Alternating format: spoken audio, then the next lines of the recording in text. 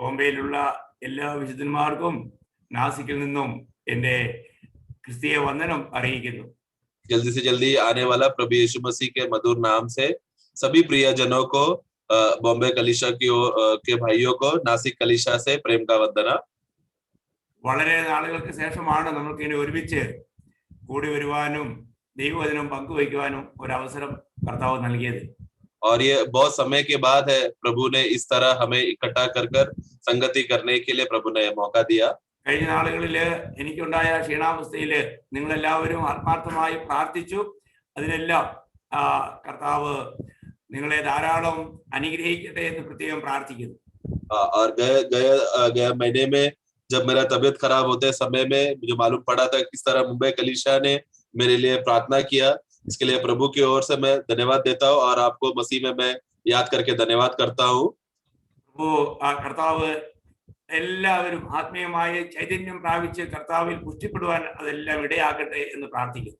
और हमें और यही आग्रह है कि हम सब लोग मसीह में हम सबका उन्नति हो, हम लोग पुष्टि पाए और तंदुरुस्त होए. നമുക്ക് ലഭിച്ചിരിക്കുന്ന സമയം നമുക്ക് ദൈവവചനത്തിലൂടെ പരസ്പരം പ്രോത്സാഹിപ്പിക്കാൻ വേണ്ടിയാണല്ലോ. आमीन. और हमें जितना भी जो समय मिलता है वो सारा समय प्रभु का आगमन की तैयारी के लिए और एक दूसरे को प्रोत्साहन के लिए है. അതിന് ഇന്നത്തെ വചന ചിന്തയ്ക്ക് ആധാരമായിട്ട് ഒരു വാക്യം വായിക്കാൻ ആഗ്രഹിക്കുന്നു. എബ്രായ ലേഖനം 9-ാം അധ്യായം അതിന്റെ 27-ാം വാക്യം എല്ലാവർക്കും വളരെ സുപരിചിതമായ ഒരു വാക്യമാണ്. तो हम लोग आज का मनन के विषय के लिए हम लोग इब्रानियों का पुस्तक 9 का 20 में हम पढ़ते हैं. 9 का 27 9 का 27 में हम देखते हैं. ഒരിക്കൽ മരണവും പിന്നെ ന്യായവിധിയും സകല മനുഷ്യർക്കും ദൈവം നിയമിച്ചിരിക്കുന്നു. और परमेश्वर ने ये नियुक्त किया है कि एक बार मरना फिर न्याय सारे मनुष्यों के लिए नियुक्त है. അപ്പോൾ ഇവിടെ ഒരു വലിയ നിയമനം നമുക്ക് കാണാൻ കഴിയും. तो यहाँ पर एक बहुत बड़ा नियुक्ति को हम देखते हैं. നമുക്കറിയാം തിരുവെഴുത്തിൽ അനേക നിയമനങ്ങളുണ്ട്. हम जानते हैं कि वचन में अलग अलग प्रकार का नियुक्ति के विषय में हम देखते हैं.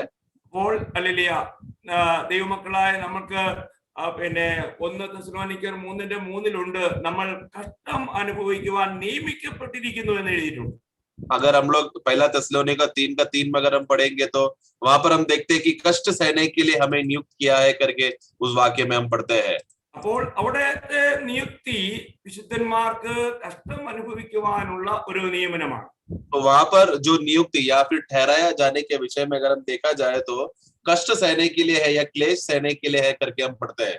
അപ്പോൾ ഈ നിയമനമൊന്നും പലരും ആഗ്രഹിക്കാത്തൊരു നിയമനമാണ്.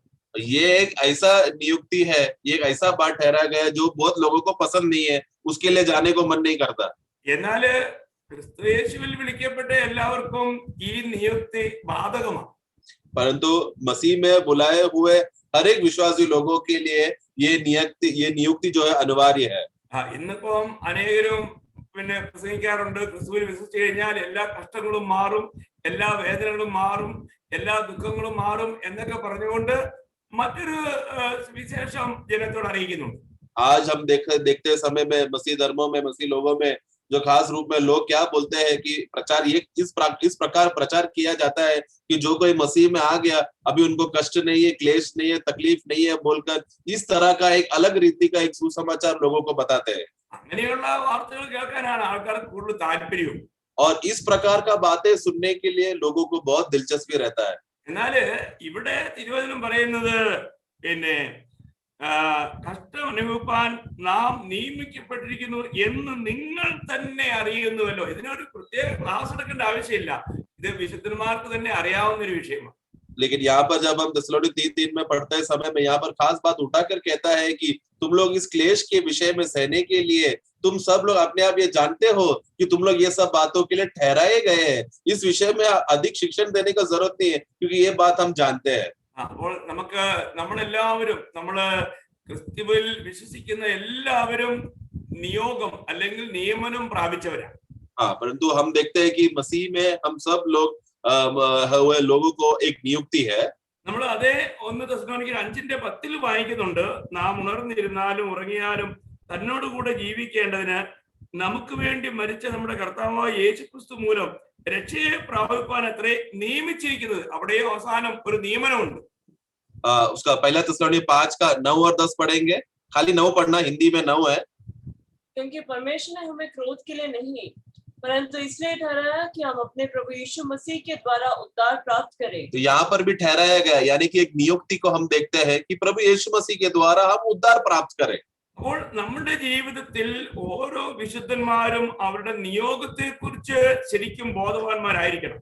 इसलिए नया जन्म पाए हुए विश्वासी लोगों को, सभी लोगों को अपना नियुक्ति के विषय में अच्छी तरह से बोध होना जरूरी है। പൗലോസ്ലീഹ തിമോത്തിയോസിന്റെ 2-ാം ലേഖനം 1-ാം അധ്യായം 11-ാം വാക്യത്തില് തന്നെ കുറിച്ച് പറയുമ്പോൾ 2 തിമോത്തി 1:11 ആ സുവിശേഷത്തിന് ഞാൻ പ്രസംഗിയും അപ്പസ്തോലനും ഉപദേഷ്ടാവുമായി നിയമിക്കപ്പെട്ടിരിക്കുന്നു. ഞാൻ നിയമിക്കപ്പെട്ടിരിക്കുന്നു. എന്തിനൊക്കെ ഞാൻ നിയമിക്കപ്പെട്ടിരിക്കുന്നു എന്ന് താൻ പറയുകയാണ്.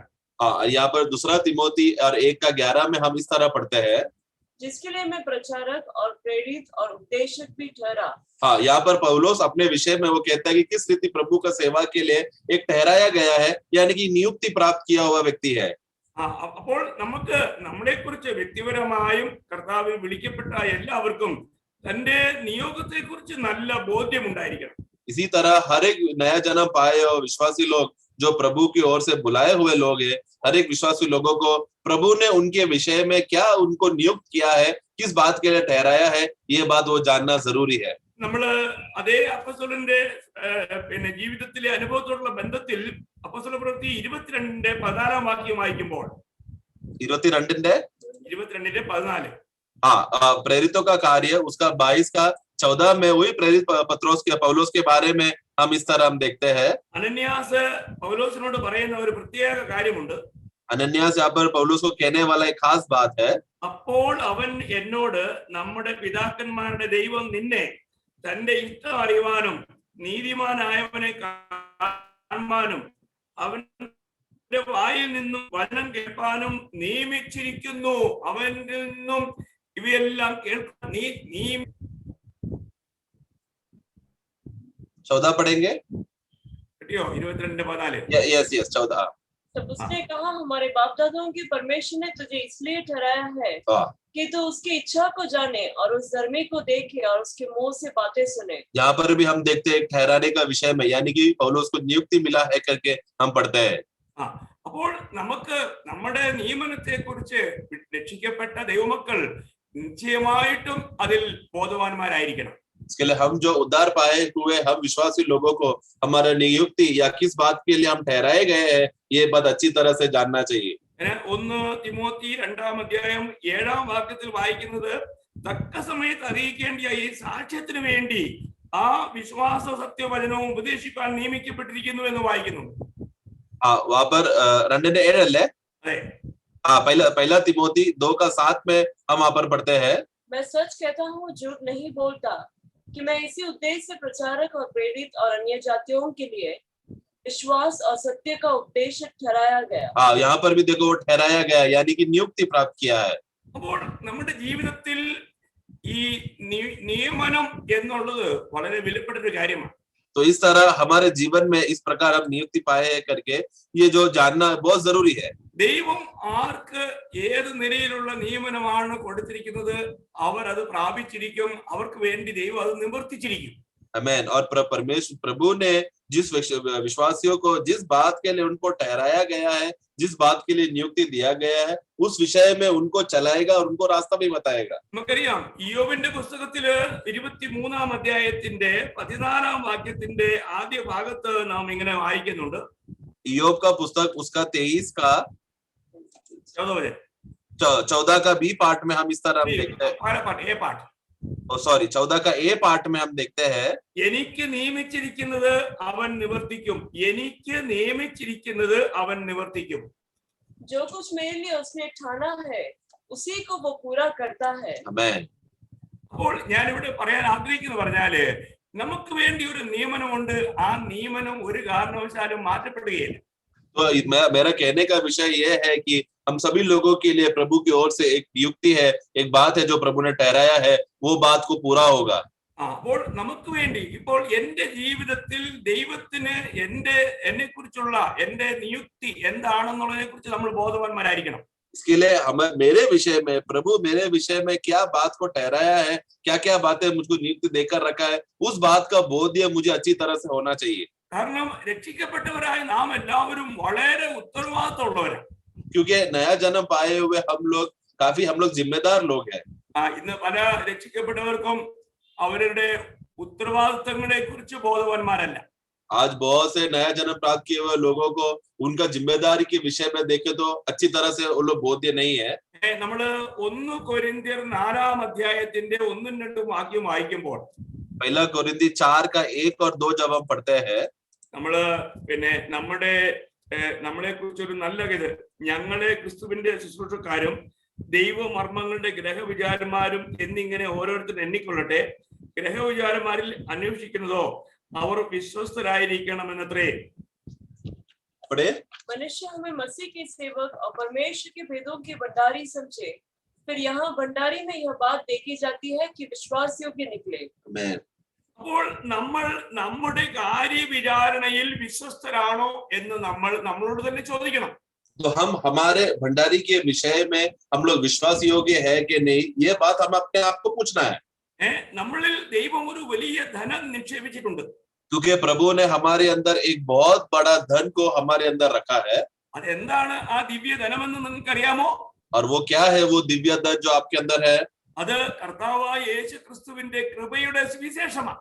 आमीन। वो हमारा प्रभु यीशु मसीह का अनुग्रह का सुसमाचार है। അപ്പൊ ഇന്ന് അനേക രക്ഷിക്കപ്പെട്ടവർക്കും ഇങ്ങനെ ഒരു വലിയ ധനം നമ്മളെ ദൈവം ഏൽപ്പിച്ചിരിക്കുന്നു. അതിനെ ശരിയായി വ്യാപാരം ചെയ്യണം, അതിലെനിക്ക് വിശ്വസ്തനായിരിക്കണമെന്നുള്ള ഒരു നല്ല ബോധ്യം പോലും ഉള്ള വിശുദ്ധന്മാർ ഈ തലമുറയിൽ വളരെ കുറവാണ്. आज प्रभु ने इस तरह को हमें एक नियुक्ति देकर हमारे अंदर इतना बड़ा एक धन छुपा के रखा है, जिसके विषय में प्रभु के विषय में हमें सेवा करना है और उसमें एक विश्वास योग्य रहना है। ये ऐसा जिम्मेदारी आज बहुत से विश्वासियों को वो लोग इस बात पे वाकिफ नहीं है। നാം എല്ലാവരും ഈ കൃപയുടെ സുവിശേഷം എന്ന ദൈവത്തിന്റെ ദിവ്യ ധനത്തെ ശരിയായി വ്യാപാരം ചെയ്യുവാൻ നമ്മൾ ഉത്തരവാദിത്തപ്പെട്ടവരാണ്, കടപ്പെട്ടവരാണ്. आमीन। हम लोग सब लोग जो इस तरह प्रभु की ओर से ये दिव्य धन जो प्रभु ने हमको दिया है, यानी कि जो अनुग्रह का ये सुसमाचार, इस सुसमाचार का असली रीति से सही रीति से व्यापार करने का विषय में हम सब लोग जिम्मेदार है। പുതിയ നിയമസഭയുടെ എല്ലാ വിശുദ്ധന്മാരും വളരെ ഗൗരവമേറിയ ഒരു ശുശ്രൂഷയ്ക്ക് വേണ്ടി നിയുക്തരാണ്. नए नियम के कलीसिया के हर एक विश्वासी लोग इस तरह का वो सेवा के लिए वो लोग जिम्मेदार है। കാരണം ഇതിന്റെ ഗൗരവം ഞാൻ നിങ്ങളോട് പറയാം. इसका विषय का इसका जो गंभीरता क्या है वो मैं बताना चाहता हूँ। കാരണം ഈ കാര്യവിചാരകത്വം നമ്മെ ദൈവം ഏൽപ്പിച്ചതിനാൽ നമ്മൾ മനുഷ്യരുടെ ആത്മാവിന്റെ ഉത്തരവാദികളാണ്.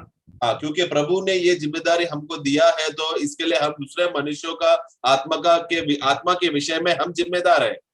ഇന്ന് മറ്റുള്ളവർ നശിക്കുവാൻ കാരണം നമ്മുടെ ഉത്തരവാദിത്തങ്ങളെ നമ്മൾ അത് പൂർണ്ണ ഗൗരവത്തോടെ നിവർത്തിക്കുന്നില്ല എന്നുള്ളതാണ്. आज दूसरे लोग नाश होने का कारण ये है कि क्योंकि हम लोगों ने हमारे जिम्मेदारी को सही रीति से इस्तेमाल नहीं किया। നമുക്ക് അന്ന് ന്യായാസനത്തിന് മുമ്പിൽ നിൽക്കുമ്പോൾ നമ്മുടെ കർത്താവിനോട് ഇരിക്കുന്നത് അവർ കാണുമ്പോൾ, കർത്താവേ ഇവര് ഞങ്ങളുടെ അടുക്കൽ താമസിച്ചിരുന്നു, എന്നാൽ അവര് ഞങ്ങളോട് ഒരിക്കലും ഈ സുവിശേഷം പറഞ്ഞില്ല എന്ന് പറയുവാൻ നമ്മൾ ഇടയാക്കരുത്. तो और इसलिए जब प्रभु का न्याय के दिन में ये पापी लोग जब प्रभु के न्याय के सामने वो लोग जब आएंगे और ये लोग देखेंगे कि ये विश्वासी लोग प्रभु के बाजू में बैठा है, उस समय में ये पापी लोग ऐसा नहीं बोलना चाहिए, देखो हे प्रभु जब हम लोग इस दुनिया में जीते समय में ये जो आपका विश्वासी जो आपके बगल में बैठा है ये हमारे बाजू में थे, और ये लोग ने कभी भी हमको इस तरह का सुसमाचार नहीं दिया करके इस तरह का बातें न्याय का दिन में सुनना के लिए ना होने के लिए हम लोग मौका ना दे। അയ്യോ, നമ്മളൊരു കാര്യം മനസ്സിലാക്കണം, നമ്മുടെ സുവിശേഷം പറയാതിരുന്നുകൊണ്ട് എത്രയോ വിലപ്പെട്ട ആത്മാക്കൾ നഷ്ടമായിട്ടുണ്ട്. കർത്താവിനെ കൂടാതെ മരണം വഴി ലോകത്ത് മാറ്റപ്പെട്ടിട്ടുണ്ട്. हे प्रियो, मैं आपको बताना चाहता हूँ हम लोग इस तरह का जिम्मेदारी ना करने की वजह से इस दुनिया में कितने लोग हैं जो सुसमाचार ना सुनकर ये दुनिया को छोड़कर चले गए हैं। അപ്പോൾ നമുക്ക് ഈ ആത്മാക്കളുടെ കണക്ക് നമ്മളോട് ചോദിക്കുന്ന ഒരു ദിവസം വരുന്നു, ഒരിക്കൽ മരണം പിന്നെ ന്യായവിധി. हाँ, और इस तरह ये जो मरे हुए आत्माओं का विषय में जो लेखा है प्रभु हमसे लेगा, क्योंकि एक बात जानना है कि मनुष्य के लिए एक बार मृत्यु फिर न्याय ठहराया हुआ है। നമുക്ക് മരണാനന്തരം നമുക്ക് സുവിശേഷം അറിയിക്കുവാൻ അവസരമില്ല. हे प्रियो, मृत्यु के बाद फिर सुसमाचार बोलना है करके ऐसा मौका बाद में उसके बाद नहीं मिलेगा। ഇപ്പോൾ നമ്മുടെ ഈ ചെറിയൊരു ആയുസ്സിൽ മാത്രമേ നമുക്ക് ഇതിനെല്ലാം അവസരങ്ങളുള്ളൂ. बल्कि अभी ये छोटा सा उम्र जो प्रभु ने हमको दिया है, सिर्फ इसी में ही ये जिम्मेदार उठाने के लिए प्रभु ने हमको मौका दिया है। കർത്താവിന് വേണ്ടി കഷ്ടം സഹിക്കാനോ കർത്താവിന്റെ മഹത്വത്തിന് വേണ്ടി പ്രവർത്തിക്കാനോ ഒക്കെ ഇപ്പോൾ മാത്രമേ അവസരമുള്ളൂ. प्रभु के लिए कष्ट सहना, प्रभु के लिए दुख उठाना, प्रभु के लिए सेवा करना, ये अभी मौका है। അപ്പോൾ ഇന്ന് നമ്മളെ ഏൽപ്പിച്ചിരിക്കുന്ന കാര്യവിചാരകത്തിൽ നമ്മൾ വിശ്വസ്തരോ? तो इसके लिए आज हमें जिस भंडारी का कार्य के लिए हमें सौंपा गया है, क्या उसमें हम जिम्मेदार है, क्या विश्वास योग्य है क्या? നമ്മുടെ മത്തായിയുടെ സുവിശേഷം 25-ാം അധ്യായം 14 മുതൽ 30 വരെ വായിക്കുമ്പോൾ हम लोग मत्ती का पुस्तक 25वां अध्याय उसका 14 से 30 जब हम पढ़ते हैं, നമുക്കറിയാം അത് താലന്തുകളുടെ ഒരു വലിയ വിവരമാണ്. ഞാൻ അതെല്ലാം വായിപ്പിക്കുന്നില്ല, കാരണം സമയം നമുക്ക് പരിമിതമാണല്ലോ. हाँ, और वहां पर हम लोग तालंत के विषय में हम देखते हैं या तोड़े के विषय में हम देखते हैं, वो मैं सब में पढ़ाना नहीं चाहता, हम उस विषय में वाकिफ है। അതിന്റെ 15-ാം വാക്യം ഞാൻ ഒന്ന് വായിക്കാൻ ആഗ്രഹിക്കുന്നു. सिर्फ 15 वाक्य को मैं पढ़ाना चाहता हूँ। ഒരുവന് 5 താലന്ത്, ഒരുവന് 2 താലന്ത്, ഒരുവന് 1, ഇങ്ങനെ ഓരോരുത്തന് അവനവന്റെ പ്രാപ്തി പോലെ കൊടുത്ത് യാത്ര കൊടുത്തു. അവനവന്റെ പ്രാപ്തി പോലെ കൊടുത്തു. 15 पढ़ेंगे। उसने एक को 5 तोड़े, दूसरे को 2 और तीसरे को 1, अर्थात हर एक को उसकी सामर्थ के अनुसार दिया और तब परदेश चला गया। हाँ, अर्थात हर एक को अपने सामर्थ्य के अनुसार दिया। അപ്പോൾ ഒരു കാര്യം ഇവിടെ മനസ്സിലാക്കേണ്ടത്, ഓരോ വ്യക്തികൾക്കും വ്യത്യസ്തമായ നിലയിലാണ് ഈ താലന്തുകൾ കൊടുത്തിരിക്കുന്നത്. तो यहाँ पर एक एक व्यक्तियों को उनके अनुसार, उनके सामर्थ्य के अनुसार उनको अलग अलग रीति से उनको तोड़े दिए हैं। അപ്പോൾ ആ കൊടുത്തതിനനുസരിച്ച് മാത്രമേ ദൈവം കണക്ക് ചോദിക്കൂ. यस, और जितना उनको मिला है वो मिलने के हिसाब के अनुसार ही उनके ऊपर लेखा लिया जाएगा। നമ്മള് ലൂക്കോസ് 12:48 ബി പാർട്ടിൽ വായിക്കുന്നത്, लूका 12 का 48 का बी पार्ट में हम पढ़ते हैं, വളരെ ലഭിച്ചവനോട് വളരെ ആവശ്യപ്പെടും, അധികം ഏറ്റു വാങ്ങിയവനോട് അധികം ചോദിക്കും. जिनको ज्यादा 48 पढ़ेंगे बी पार्ट। इसलिए जिसे बहुत दिया गया है उससे बहुत मांगा जाएगा, और जिसे बहुत सौंपा गया है उससे बहुत मांगेंगे। അപ്പോൾ അധികം കൊടുത്തവനോട് അധികമായിട്ട് കണക്ക് ചോദിക്കും. जिससे बहुत दिया गया रहेगा उससे प्रभु बहुत मांगेगा। അപ്പോൾ പറയുന്നതിന്റെ സാരം, പ്രിയമുള്ളവരെ, നാം രക്ഷിക്കപ്പെട്ട ദൈവമക്കൾക്ക് എല്ലാവർക്കും ദൈവം വ്യാപാരം ചെയ്യുവാൻ താലന്തുകൾ കൊടുത്തിട്ടുണ്ട്. इसके लिए मैं कहने का विषय ये है कि नया जन्म पाया हुआ हर एक विश्वासियों को प्रभु ने ये तोड़े दिए हैं। അപ്പോൾ നാം എന്തുകൊണ്ടാണ് നമ്മുടെ ജീവിതത്തിൽ കണക്ക് നോക്കേണ്ടത്? इसके लिए क्यों हम अपने जीवन में अपने आप में हमें लेखा देखना है? കാരണം ഒരു ദിവസം നമ്മളോട് കണക്ക് ചോദിക്കും. क्योंकि एक दिन हमारा लेखा लिया जाएगा। നമ്മള് അതേ മത്തായി 25:19 വായിക്കുന്നുണ്ട്. वही मत्ती का 25 का 19 में हम पढ़ते हैं, വളരെ കാലം കഴിഞ്ഞ ശേഷം ആ ദാസന്മാരുടെ യജമാനൻ വന്ന് അവരുമായി കണക്ക് തീർത്തു. 19 पढ़ेंगे। बहुत दिनों के बाद उन दासों का स्वामी आकर उनसे लेखा लेने लगा। അപ്പോൾ നമുക്ക് മനസ്സിലാക്കേണ്ട ഒരു കാര്യം, നമ്മൾ രക്ഷിക്കപ്പെട്ട് കഴിഞ്ഞിട്ട് നമുക്ക് എങ്ങനെയെങ്കിലും ജീവിക്കുന്ന ഒരു ജീവിതമല്ല ക്രിസ്തീയ ജീവിതം. तो इसलिए मसीह जीवन ऐसा नहीं है कि अभी उद्धार पा लिया, चलो अभी अपना मनमानी से जी ले।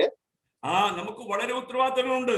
बल्कि हमें बहुत जिम्मेदारी है, ആ ഉത്തരവാദിത്തങ്ങളെ കുറിച്ച് നമ്മൾ വളരെ ബോധവാന്മാരായിരിക്കണം. और उस जिम्मेदारी के विषय में हम अच्छी तरह से बोध्य और जागरूक रहना है। നമ്മൾ കർത്താവിന്റെ മുമ്പിൽ നിൽക്കുമ്പോൾ വിശ്വസ്തനായ ദാസനെ എന്നുള്ള വിളി കേൾക്കത്തക്ക നിലയിലുള്ള ഒരു ജീവിതം നമ്മൾ ഈ ലോകത്തിൽ ജീവിക്കണം. हमें प्रभु की उपस्थिति में हम जाते समय में, हे विश्वास योग्य दास, इस प्रकार का गवाह प्रभु की ओर से मिलने के लिए उस तरह का चाल चलन इस दुनिया में जीना, तरह का जीवन जीना जरूरी है। എന്നാൽ ഇന്ന് അനേകരും അറിഞ്ഞോ അറിയാതെയോ പല കാര്യങ്ങളിൽ വഞ്ചിക്കപ്പെടുന്നുണ്ട്. परंतु आज हम देखते हैं कि बहुत से विश्वासी लोग जाने अनजाने धोखा खा रहे हैं। നമ്മള് ഒരു യഥാർത്ഥ ഭക്തനായി ജീവിക്കുവാൻ നമ്മൾ എപ്പോഴും പരിശ്രമിക്കണം. इसके लिए प्रियो, हमें हमेशा एक सच्चा भक्त होकर जीने के लिए हमेशा हमें कोशिश करना है। ഭക്തിയിൽ കള്ളം പാടില്ല. भक्ति जीवन में झूठ नहीं होना चाहिए। നമുക്കറിയാം, ആദിമ സഭയില് ഭക്തിയിൽ കള്ളം കൂട്ടിച്ചേർക്കുവാനായിട്ട് ശ്രമിച്ച ഒരു കുടുംബമാണ് അനന്യ സഭയുടെ കുടുംബം. हम देखते हैं कि जब पहला कलीसिया का जब आरंभ में कलीसिया जीवन के आरंभ में हम एक ऐसा कुटुंब को देखते हैं जिन्होंने भक्ति करते करते झूठ को बातों को भी उन लोग ने मिलाया, जो हम अनन्यास और सफीरा में हम देखते हैं। മറ്റുള്ളവരുടെ പ്രവൃത്തി കണ്ടിട്ടായിരിക്കാം ഇവരുടെ ഉള്ളിലും, കാരണം ബർന്നബാസ് തന്റെ നിലമൊക്കെ വിറ്റ് അത് കൊണ്ടുവന്ന് കർത്താവിന്റെ വേലയ്ക്ക് വേണ്ടി കൊടുത്തു. तो शायद वो लोग दूसरे लोगों ने किस तरह भक्ति किया है वो बात को देखकर वो लोग ने भी कॉपी करने का कोशिश किया, जिसमें हम देखते हैं कि बरनबास ने क्या किया था, उसके पास उसका जो भी कुछ था वो सब उसने बेचकर प्रेरितों के पैर तले रखा था। അപ്പോൾ അനന്യാസും സഫീറയും കൂടി ഒരു തീരുമാനം എടുത്ത് കാണണം. तो उसी तरह अनन्यास और सफीरा ने भी इस तरह का निर्णय लिया होगा। നമ്മുടെയും ആ വടക്കേ അറ്റത്തുള്ള ആ നിലം അങ്ങ് വിറ്റിട്ട് ആ കിട്ടുന്നത് കർത്താവിന്റെ വേലയ്ക്ക് വേണ്ടി ഞാൻ കൊടുത്തേക്കാം. चलो हम भी देखो वो हमारे उस जगह पर हमारे एक जमीन है ना, वो जमीन को चलो हम भी बेच देते हैं और उससे जितना पैसा मिलेगा चलो हम भी प्रभु के सेवा के लिए हम इस्तेमाल करते हैं। അപ്പോൾ അവരത് വിറ്റ് കഴിഞ്ഞപ്പോൾ അവർ പ്രതീക്ഷിച്ചതിലും നല്ലൊരു എമൗണ്ട് കിട്ടി കാണും. परंतु वो लोग ने वो जमीन बेचने के बाद शायद उनको एक अच्छा कीमत मिला होगा। അപ്പോൾ അവരുടെ ഉള്ളിൽ ഒരു തോന്നലുണ്ടായി. तब उनके अंदर एक हृदय में विचार आया, ഇത് മുഴുവൻ കൂടെ കൊടുക്കേണ്ട ആവശ്യമുണ്ടോ, കുറച്ച് നമുക്കങ്ങ് വെച്ചേക്കാം. अरे ये सब देना जरूरत है क्या, थोड़ा हम लोग रख लेते हैं ना। നോക്കണേ, എന്നിട്ട് അവരെന്ത് ചെയ്തു, അവര് കിട്ടിയ മൊത്തം മുതലാണെന്നുള്ള രീതിയിലാണ് അഭിനയിച്ചുകൊണ്ട് കൊടുത്തത്. और फिर उन लोगों ने क्या किया, जब वो लोग समर्पण करते समय में वो लोग ने ऐसा ढोंग किया कि जैसे कि उनको कितना रकम मिला वो पूरा का पूरा रकम दे दिया है, ऐसा वो लोग ने अभिनय किया। കാരണം അവര് വിലയിൽ കുറെ എടുത്തു വെച്ചത് മറച്ചു വെച്ചത് കൊണ്ട് ഞങ്ങൾ ഒന്നും എടുത്തു വെക്കാതെ കിട്ടിയത് മുഴുവൻ കൊണ്ടുവന്ന് കർത്താവിന് വേലയ്ക്ക് വേണ്ടി തരുന്നു എന്നുള്ള നിലയിലാണ് അവർ കള്ളം പറഞ്ഞ് അവർ ഭക്തി ചെയ്തത്. तो उधर वहां पर विषय क्या हुआ, जब वो लोग जमीन बेचने के बाद उसमें से जितना पैसा मिला उसमें से कुछ वो लोग ने अपने पास रखकर, जब वो लोग ने बाकी पैसा वो लोग ने दिया, उन लोग ने उस समय में क्या बोला, जितना हमने जमीन बेचा जितना पैसा मिला वो पूरा पैसा हमने दिया है करके इस तरह का झूठ बोलकर वो लोग ने समर्पण किया। ഭക്തിയിൽ കള്ളം പ്രവേശിച്ചു. यानी कि क्या हो गया, उनका भक्ति में झूठ प्रवेश हुआ। നമുക്കറിയാം, നിങ്ങൾ സമയം കിട്ടുന്നത് പോലെ അതിന്റെ അപ്പോസ്തലപ്രവൃത്തി 5-ാം അധ്യായം 1 മുതൽ 10 വരെ വായിക്കുമ്പോൾ ഈ കാര്യങ്ങൾ വളരെ വിശദമായി എഴുതിയിട്ടുണ്ടല്ലോ.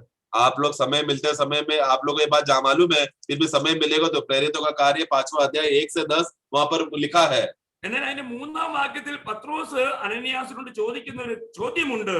അനന്യാസെ, പരിശുദ്ധാത്മാവിനോട് വ്യാജം കാണിപ്പാനും നിലത്തിന്റെ വിലയിൽ കുറെ എടുത്തു വെപ്പാനും, കണ്ടോ, നിലത്തിന്റെ വിലയിൽ കുറെ എടുത്തു വെപ്പാനും സാത്താൻ നിന്റെ ഹൃദയം കൈവശമാക്കിയത് എന്തേ?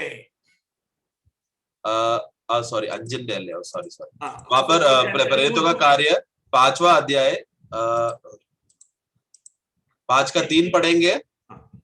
परंतु पतरस ने कहा, हे हनन्या, शैतान ने तेरे मन में यह बातें क्यों डाली है कि तू पवित्र आत्मा से झूठ बोले और भूमि के दाम में से कुछ रख छोड़े? हाँ, देखो क्यों झूठ बोले, इस तरह का अवस्था तेरा भक्ति में झूठ कैसा प्रवेश हुआ। നീ വിലയിൽ കുറച്ച് എടുത്തു വെച്ചു. तूने क्या किया, भूमि के दाम में से कुछ तूने रख दिया। അപ്പോൾ അവൻ എന്നിട്ട് അവിടെ കള്ളം പറഞ്ഞു. और फिर उधर लोगों के सामने आकर झूठ बोला। അപ്പോൾ ആ കള്ളം അതിന്റെ 4-ാം അധ്യായത്തിന്റെ അവസാന ഭാഗത്തുണ്ട്, മനുഷ്യരോടല്ല ദൈവത്തോടത്രേ നീ വ്യാജം കാണിച്ചതെന്ന് പറഞ്ഞു. हाँ, वहां पर उसका आखिरी में जब वो झूठ बोलते समय में वहां पर उसका अवस्था क्या है, बाबा पतरस कहता है कि तूने मनुष्य से नहीं परंतु परमेश्वर से झूठ बोला है करके कहता है। അത് 5-ന്റെ 4-ാം വാക്യത്തിന്റെ അവസാനം. Yes yes yes. അപ്പോൾ അത് അതിനോട് ഒത്തു തന്നെ സഫീരയുടെ ജീവിതത്തിലും അത് തന്നെ ഉണ്ടായതായിട്ട് നമുക്ക് കാണാൻ കഴിയും. और उसी के साथ साथ जो अवस्था अनन्यास के हुआ, सफीरा के जीवन में भी ऐसे ही हुआ करके हम देखते हैं। കാരണം അവിടെ 8-ാം വാക്യം ചോദിക്കുന്നു, ഇത്രയ്ക്കോ നിങ്ങൾ നിലം വിറ്റത്? അവള് പറയാണ്, അതെ അതെ അതെ അത്രയ്ക്ക് തന്നെ. हाँ, वहां पर 5 अध्याय का 8 में जब उसको 8 पढ़ेंगे, तब पतरस ने उससे कहा, मुझे बता, क्या तुमने वह भूमि इतने ही में बेची थी? उसने कहा, हाँ इतने में ही। तो उसको भी पूछते समय में उसने भी वही क्या बोली कि हाँ उतने में ही भेजा है। നമ്മൾ ഒരു കാര്യം മനസ്സിലാക്കേണ്ടത്, നമ്മുടെ ഭക്തിയിൽ കള്ളം ചേർക്കരുതേ, കളവ് പറയരുതേ. അത് ദൈവത്തിന് ഒരിക്കലും അത് ഗ്രഹിക്കുവാൻ അല്ലെങ്കിൽ അതിനെ കൈക്കൊള്ളുവാൻ കഴിയില്ല. इसलिए प्रियो, हमें एक बात अच्छी तरह से समझना है, हमारा भक्ति में कभी झूठ मिलाना नहीं है, कभी झूठ बोलना नहीं है, क्योंकि ये बात प्रभु को पसंद नहीं। അപ്പോൾ അല്ലല്ലേ അതിന്റെ ഫലമായിട്ട് രണ്ടുപേർക്കും മരണം സംഭവിക്കുന്നത് നമുക്കറിയാം. उसका फल का विषय में हम देखते हैं कि दोनों के ऊपर मृत्यु आया। അപ്പോൾ ഭക്തിയിൽ കള്ളം പാടില്ല.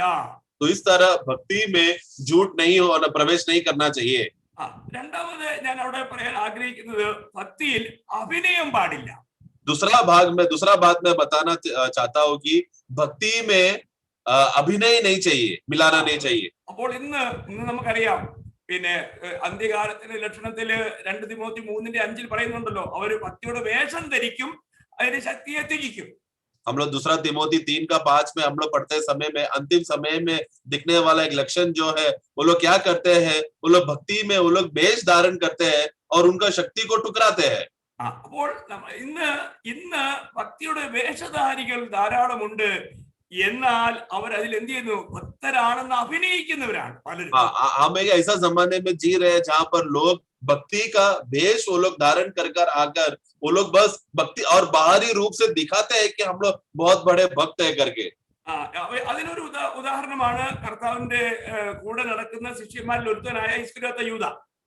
उसमें का एक अच्छा उदाहरण अगर हम देखा जाए तो प्रभु का चेलियों में से एक जो व्यक्ति यूदास इस्करियोत को हम देखते हैं. നമുക്കറിയാം, മറിയം കൊണ്ടുവന്ന് കർത്താവിന്റെ മേൽ തൈലം പൂശുന്നു.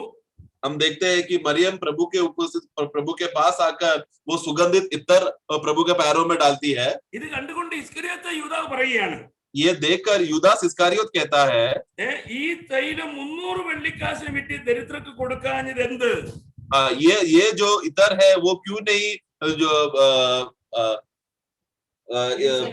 300 दिनारी में बेचकर गरीबों को क्यों नहीं बांटी उसने? അപ്പോൾ ഇവൻ അവിടെ വളരെ ഭക്തിയുടെ വേഷം ധരിക്കുകയാണ്. यहाँ पर भी हम देखते हैं कि यूदास इस्करियोत एक भक्ति का वेश दिखाकर सामने बता रहा है, भक्ति है करके बता रहा है. കാരണം അവൻ മറ്റുള്ളവരുടെ മുമ്പിൽ അഭിനയിക്കുകയാണ്, എനിക്ക് എന്തുമാത്രം ദരിദ്രരെ കുറിച്ച് ചിന്തയുണ്ട്, എന്നാൽ ഈ കർത്താവിന് അത്ര ഇല്ലല്ലോ എന്ന് അവൻ അഭിനയിക്കുക. तो क्योंकि वो बाकी लोगों के सामने वो ढोंग कर रहा है, नाटक करके बता रहा है, देखो मैं गरीबों के बारे में मैं कितना सोच रहा हूँ, परंतु यीशु इतना क्यों नहीं सोचता? അപ്പോൾ അവന്റെ സംസാരം കേട്ട് കഴിഞ്ഞാൽ അവന് ദരിദ്രരോട് വലിയ അനുകമ്പയും ദയയുള്ളവനായിട്ട് തോന്നും. तो यूदास इस्करियोत का बातें सुनकर लोगों को ऐसा लगेगा कि देखो ये यूदास इस्करियोत गरीबों के विषय में कितना चिंतित है और कितना दयावान है ये. അവിടെ തന്നെ എഴുതിയിട്ടുണ്ട്. परंतु उसी वाक्य में नीचे हम देखते हैं, യോഹന്നാൻ 12-ാം അധ്യായത്തിന്റെ ഞാൻ 4 മുതൽ 6 വരെയുള്ള വാക്യങ്ങളാണ് ഇവിടെ പറയുന്നത്. यस मैं यूहन्ना का सुसमाचार 12 अध्याय 4 से 6 पढ़ते समय में उस भागों को मैं कह रहा हूँ. 6-ാം വാക്യത്തിൽ വായിക്കുന്നത് ഇങ്ങനെയാണ്, ഇത് ദരിദ്രന്മാരെ കുറിച്ച് വിചാരമുണ്ടായിട്ടല്ല, അവൻ കള്ളനാകൊണ്ടും പണസഞ്ചി തന്റെ പക്കലാകിയാൽ അതിൽ ഇട്ടത് എടുത്തു വന്നതുകൊണ്ടും അത്രേ പറഞ്ഞത്. 12 का 6 पढ़ेंगे. उसने यह बात इसलिए न कही कि उसे कंगालों की चिंता थी, परंतु इसलिए कि वह चोर था और उसके पास उनकी थैली रहती थी और उसमें जो कुछ डाला जाता था वह निकाल लेता था. അപ്പോൾ ഇവൻ യഥാർത്ഥത്തിൽ എന്തായിരുന്നു? ഇവൻ ഒരു നല്ല മോഷ്ടാവായിരുന്നു. तो वास्तव में देखा जाए तो वो कौन था? एक चोर था. അപ്പോൾ അല്ല, അങ്ങനെയുള്ള ഭക്തന്മാരെ ഇന്ന് നമുക്ക് ആത്മീയ ഗോളത്തിൽ കാണാൻ കഴിയും. आज भी इस तरह का भक्तों को हम लोग आत्मिक दुनिया में हम देख सकते हैं. അനേക വിഷയങ്ങൾ അവർ പറയുമ്പോൾ അത് ദൈവത്തോടുള്ള ആത്മാർത്ഥതയിൽ നിന്നുള്ള അല്ല, അവര് മറ്റുള്ളവരുടെ മുമ്പിൽ അവരെ തന്നെ ഭക്തരായി ഷോ ചെയ്യുകയാണ്. उन लोग का बहुत सा बातें उन लोग को बोलते समय में बाहर दिखाते समय वो लोग बोल रहे हैं कि अच्छा बातें बोलते हैं, जिससे बाहर के रूप से लगता है कि वो लोग भक्त लोग हैं, परंतु अंदर वो लोग उसके खिलाफ है, वो लोग चोर है, इसके लिए ऐसा बोलते हैं. ഇവരുടെ ഭക്തിയിൽ അഭിനയം പാടില്ല. इसलिए प्रियो, भक्ति में कभी भी वेश नहीं होना चाहिए. ഭക്തിയിൽ സ്നേഹത്തിൽ വ്യാജം പാടില്ല. വ്യാജം നമുക്ക് വായിക്കാം. റോമാലേഖനം 12-ന്റെ 9-ാം വാക്യം വായിക്കാം. रोमियो का पुस्तक 14 का 9. रोमियो 12 का 9. सॉरी रोमियो का पुस्तक 12 का 9 हम पढ़ेंगे. വായിക്കുന്നത് സ്നേഹം നിർവ്യാജമായിരിക്കട്ടെ. प्रेम निष्कपट हो. സ്നേഹം നിർവ്യാജമായിരിക്കണം. प्रेम जो है निष्कपट हो. നമുക്കറിയാം, ഒരു ക്രിസ്ത്യാനിയുടെ ആകത്തുക എന്നുള്ളത് സ്നേഹമാണെന്ന് നമുക്കറിയാം. हम देखते हैं कि एक विश्वासी का जो सबसे बड़ा दाम जो है वो प्रेम है. ഒരു വിശ്വാസിയെ തിരിച്ചറിയുന്നത് യഥാർത്ഥമായിരിക്കുന്ന ദൈവ സ്നേഹത്തിന്റെ പകർച്ചയിലൂടെയാണ്. हम लोग एक विश्वासी को कैसा पहचानते हैं, वो किस रीति से प्रभु का प्रेम दूसरों को जब बांटते हैं, उस रीति से हम पहचान पाते हैं कि वो एक सच्चा विश्वासी है कि नहीं। അത് കർത്താവ് യോഹന്നാൻ 13:35 പറഞ്ഞു, നിങ്ങൾ പരസ്പരം സ്നേഹിക്കുമെങ്കിൽ നിങ്ങൾ എന്റെ ശിഷ്യന്മാരെന്ന് ലോകം അറിയും. അപ്പോൾ ലോകത്തോട് നമ്മൾക്ക് വിളിച്ചു പറയാതെ തന്നെ സ്നേഹം കാണുമ്പോൾ ലോകത്തിന് തിരിച്ചറിയാൻ കഴിയും. हम लोग यूहन्ना 13:35 में जब हम पढ़ते समय में वहां पर हम कहते हैं कि वहां पर प्रभु कहते हैं कि इस तरह तुम लोग जब आपस में प्रेम रखोगे तो संसार जानोगे कि तुम लोग मेरे चेले हो। അപ്പോൾ ഇന്ന് സ്നേഹത്തിൽ അഭിനയം കാണിക്കുന്നവരുണ്ട്. लेकिन आज भी प्रेम में बहुत लोग ढोंगी लोग हैं जो झूठा रीति से प्रेम दिखाता है। ബൈബിളിൽ നമുക്ക് അനേക സംഭവങ്ങൾ നമുക്ക് കാണാൻ കഴിയും. इस विषय में बाइबल में हम बहुत घटनाओं को देख सकते हैं। കാരണം ദലീല ശിംശാനോട് പിന്നെ സ്നേഹം അവള് അഭിനയിച്ചു. क्योंकि हम देखते हैं कि न्याय की पुस्तक में किस तरह दलीला ने शिमशोन से प्रेम करके पास आई थी, परंतु वो झूठ मूठ का प्रेम था। നമ്മള് പിന്നെ ന്യായാധിപന്മാർ 16:15 വായിക്കുന്നത്, अब न्याय का पुस्तक 16:15 में हम पढ़ते हैं, അവൾ എന്ത് ചെയ്യായിരുന്നു, അവൾ അവിടെ സ്നേഹം അവിടെ പിന്നെ അഭിനയിക്കുകയായിരുന്നു. वहां पर भी हम देखते हैं कि वो प्रेम का ढोंग कर रही थी। അവന്റെ ശക്തിയുടെ രഹസ്യം അറിയുവാൻ അവൾ സ്നേഹം അഭിനയിച്ചു. बल्कि शिमशोन का सामर्थ का ताकत का रहस्य क्या है जानने के लिए वो झूठ मूठ का प्रेम दिखाकर वो उसको धोखा दे रही थी। അപ്പോൾ അവനെ വ്യസന പരവശനാക്കിയാണ് നമ്മൾ വായിക്കുന്നത്. व्यसन അതിന്റെ 16-ാം വാക്യത്തിലുണ്ട്. 16:16. यस 16 पढ़े। तो जब उसने हर दिन बातें करते करते उसको तंग किया और यहाँ तक हट किया कि उसको नाकों में दम आ गया। उसका नाकों में दम आ गया। इतना दलीला ने परेशान किया कि उसका रहस्य जाने के लिए कि उसके नाकों में दम आ गया। അപ്പോൾ എന്നിട്ട് അവിടെ 15-ാം വാക്യത്തിൽ പറയുന്നത്, നിന്റെ ഹൃദയം എന്നോട് കൂടെ ഇല്ലാതിരിക്കെ നീ എന്നെ സ്നേഹിക്കുന്നു എന്ന് പറയുന്നത് എങ്ങനെ? और फिर वो कहती है कि तुम क्यों मुझसे ऐसा बोल, तुम्हारा दिल मेरे ऊपर मन मेरे मुझसे नहीं है क्या? फिर तुम कैसा बोलते हो कि तुम मुझसे प्रेम करते हो करके? इस तरह का धोखा से बोल रही है। അഭിനയമായിരുന്നു. ये सब बातों वो ढोंग कर रही थी। നമുക്കറിയാം, ആ സംഭവങ്ങളൊക്കെ നമുക്കറിയാം, ഞാൻ വിശദീകരിക്കേണ്ട ആവശ്യമില്ലല്ലോ. ये सब घटनाएं आप लोग जानते हैं, मुझे बताने का जरूरत नहीं है। അപ്പോൾ ഇന്ന് അല്ലെ നമുക്ക് അറിയാം, നമ്മൾ ഉൽപ്പത്തി മുതലേ കാണുന്ന ഒരു കാര്യമാണ് സ്നേഹത്തിലൂടെയുള്ള വഞ്ചന. हम लोग उत्पत्ति का पुस्तक से अगर हम पढ़ेंगे तो हम देखते हैं प्रेम में कितना धोखा हुआ है। അല്ലെ പിന്നെ കായീൻ തന്റെ സഹോദരനായ ഹാബേലിനോട് പറഞ്ഞു, നമുക്ക് വയലിൽ പോകാം. काईन ने अपना भाई से क्या कहा, आबेल से, चलो हम खेती में चलते हैं। നമ്മൾ ഉൽപ്പത്തി 4:8 വായിക്കുന്ന കാര്യമാണ്. हम लोग उत्पत्ति 4:8 में हम पढ़ते हैं वो बात को। എന്നിട്ട് അവനെ എന്തിനാ വാസ്തവത്തിൽ അങ്ങോട്ട് കൂട്ടിക്കൊണ്ട് പോയത്? और वो क्यों आबेल को खेत में लेकर गया? ഈ സ്നേഹത്തിന്റെ ഭാവത്തിൽ അവനെ കൊണ്ടുപോയി അവനോട് കയർത്ത് അവനെ കൊന്നുകളഞ്ഞു. वो क्या किया, वो बाहर के रूप से प्रेम का ढोंग कर खेती में लेकर जाकर अपना भाई को मार दिया। എത്രമാത്രം വലിയൊരു അഭിനയമാണ് അവനോട് നടത്തിയത് നമ്മൾ നോക്കുക. तो जरा सोचो कितना बड़ा ढोंग करके उसने ये अपराध किया। നമ്മള് വീണ്ടും നമ്മള് അബ്ശാലോമിനെ കുറിച്ച് നോക്കുമ്പോൾ बाद में हम अब्शालोम के बारे में हम देखते हैं। നമുക്കറിയാം, അവിടെ ജനത്തെ സ്വാധീനിക്കുവാൻ വേണ്ടി താൻ തന്റെ അടുക്കിലേക്ക് വരുന്നവരെ പിടിച്ച് ചുംബിച്ച് അവരുടെ വിഷയങ്ങളൊക്കെ ചോദിച്ച്, നിങ്ങൾക്ക് വേണ്ടി നിങ്ങൾ പറയുന്നത് ന്യായമായ കാര്യമാണ്, പക്ഷെ നിങ്ങൾക്ക് വേണ്ടി കാര്യങ്ങൾ നടത്തിത്തരാൻ ദൈവം രാജാവ് ആരെയും നിയമിച്ചിട്ടില്ല, എന്നെ നിയമിച്ചിരുന്നെങ്കിൽ ഞാൻ നിങ്ങൾക്ക് വേണ്ടി എല്ലാം ചെയ്തേനെ. ഇങ്ങനെ അഭിനയിച്ച് അവൻ എന്ത് ചെയ്തു, ജനത്തിനെ അവൻ സ്വാധീനിച്ചു, വശീകരിച്ചു. അവിടെ अब्शालोम का जीवन में भी हम देखते हैं समय में उसने क्या किया, जब लोगों के बीच में राजा नहीं होते समय में वो तुरंत जाकर लोगों के बीच में जाकर लोगों के सामने प्रेम का झूठा ढोंग कर लोगों को बोलता था, देखो तुम लोग के बीच में राजा नहीं है इसलिए ऐसा विपत्ति आया है, यदि अगर राजा होता तो ऐसा नहीं होता, काश अगर तुम लोग ने मुझे राजा बनाया होता। इस तरह मीठे मीठे बातें बोलकर लोगों को धोखा दिया। നമ്മള് പിന്നെ 2 ശമൂവേൽ 15:6 വായിക്കുന്നത്, ഇവണ്ണം തന്നെ അവൻ എന്ത് ചെയ്തു, അബ്ശാലോം ഇസ്രായേലിയരുടെ ഹൃദയം വശീകരിച്ചു കളഞ്ഞു.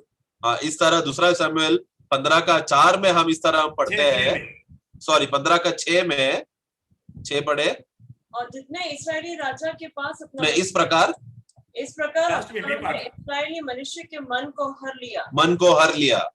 അപ്പോൾ ഇങ്ങനെ സ്നേഹത്തിലൂടെ, സ്നേഹത്തിന്റെ അഭിനയങ്ങളിലൂടെ, വഞ്ചനയിലൂടെ ജനഹൃദയങ്ങളെ വശീകരിക്കുന്നു. इस तरह वो प्रेम को बाहर दिखाकर, लेकिन अब वास्तव में झूठा प्रेम दिखाकर या प्रेम का ढोंग कर कर लोगों का मन को वो जीतने लगा। നമ്മള് പിന്നെ 2 ശമൂവേൽ 20:9-10 വാക്യം വായിക്കുമ്പോൾ യോവാബ് ആമാസയോട് സ്നേഹപ്രകടനത്തിലൂടെ അവനെ ചുംബിക്കുവാൻ എന്ന ഭാവത്തിൽ കടാര കുത്തി കൊല്ലുകളെന്ന് കാണാൻ കഴിയും. हाँ, यहाँ पर हम लोग दूसरा शमूएल 20 का 9 और 10 में भी वहां पर हम पढ़ते समय में किस तरह योआब ने अमासा के साथ कैसा प्रेम का जचा कर उसको चुम्बन देकर उसको मार डाला। പ്രിയമുള്ളവരെ, നമ്മൾ ഒരു കാര്യം മനസ്സിലാക്കേണ്ടത്, നമ്മള് ഹൃദയത്തിന്റെ ആഴത്തിൽ നിന്നും നിർവ്യാജമായ സ്നേഹത്തിൽ നമ്മൾ ക്രിസ്തീയ ജീവിതത്തെ നയിക്കുന്നില്ല എങ്കിൽ നമ്മുടെ സകല പ്രവർത്തികളും കത്തിപ്പോകുവാൻ ഒരു പ്രതിഫലവും ഇല്ലാത്തൊരു അനുഭവത്തിൽ എത്തിച്ചേരണിയാവും. इसके लिए प्रियो, हमारा मसीह जीवन में हम जीते समय में प्रेम के साथ अगर हम लोग सब कार्य अगर हम नहीं करेंगे तो लेखा लेते समय में हमारा सारा काम जल जाएगा और कोई भी प्रतिफल नहीं मिलेगा। നമ്മുടെ കണക്കൂട്ടലുകളെല്ലാം തെറ്റിപ്പോകും. हमने जो भी हिसाब लगा कर रखा था वो सब व्यर्थ में जल जाएगा। നമ്മുടെ സകല പ്രവർത്തികളും നമ്മുടെ ഹൃദയത്തിന്റെ ആഴത്തിൽ നിന്നും അത് നിഷ്കളങ്കമായ ഒരു ഹൃദയത്തിന്റെ ആഴത്തിൽ നിന്നും ആയിരിക്കും. वास्तव में हम लोग जो भी प्रभु के लिए कार्य करते समय में हृदय के गहराई से, मन से हम लोग प्रेम में निष्कपट होकर हमें करना है। നമ്മള് പിന്നെ 1 രാജാവ് 8-ാം അധ്യായം അതിന്റെ 40-ാം വാക്യത്തിന്റെ ബി പാർട്ടിൽ വായിക്കുന്നത് ഇങ്ങനെയാണ്.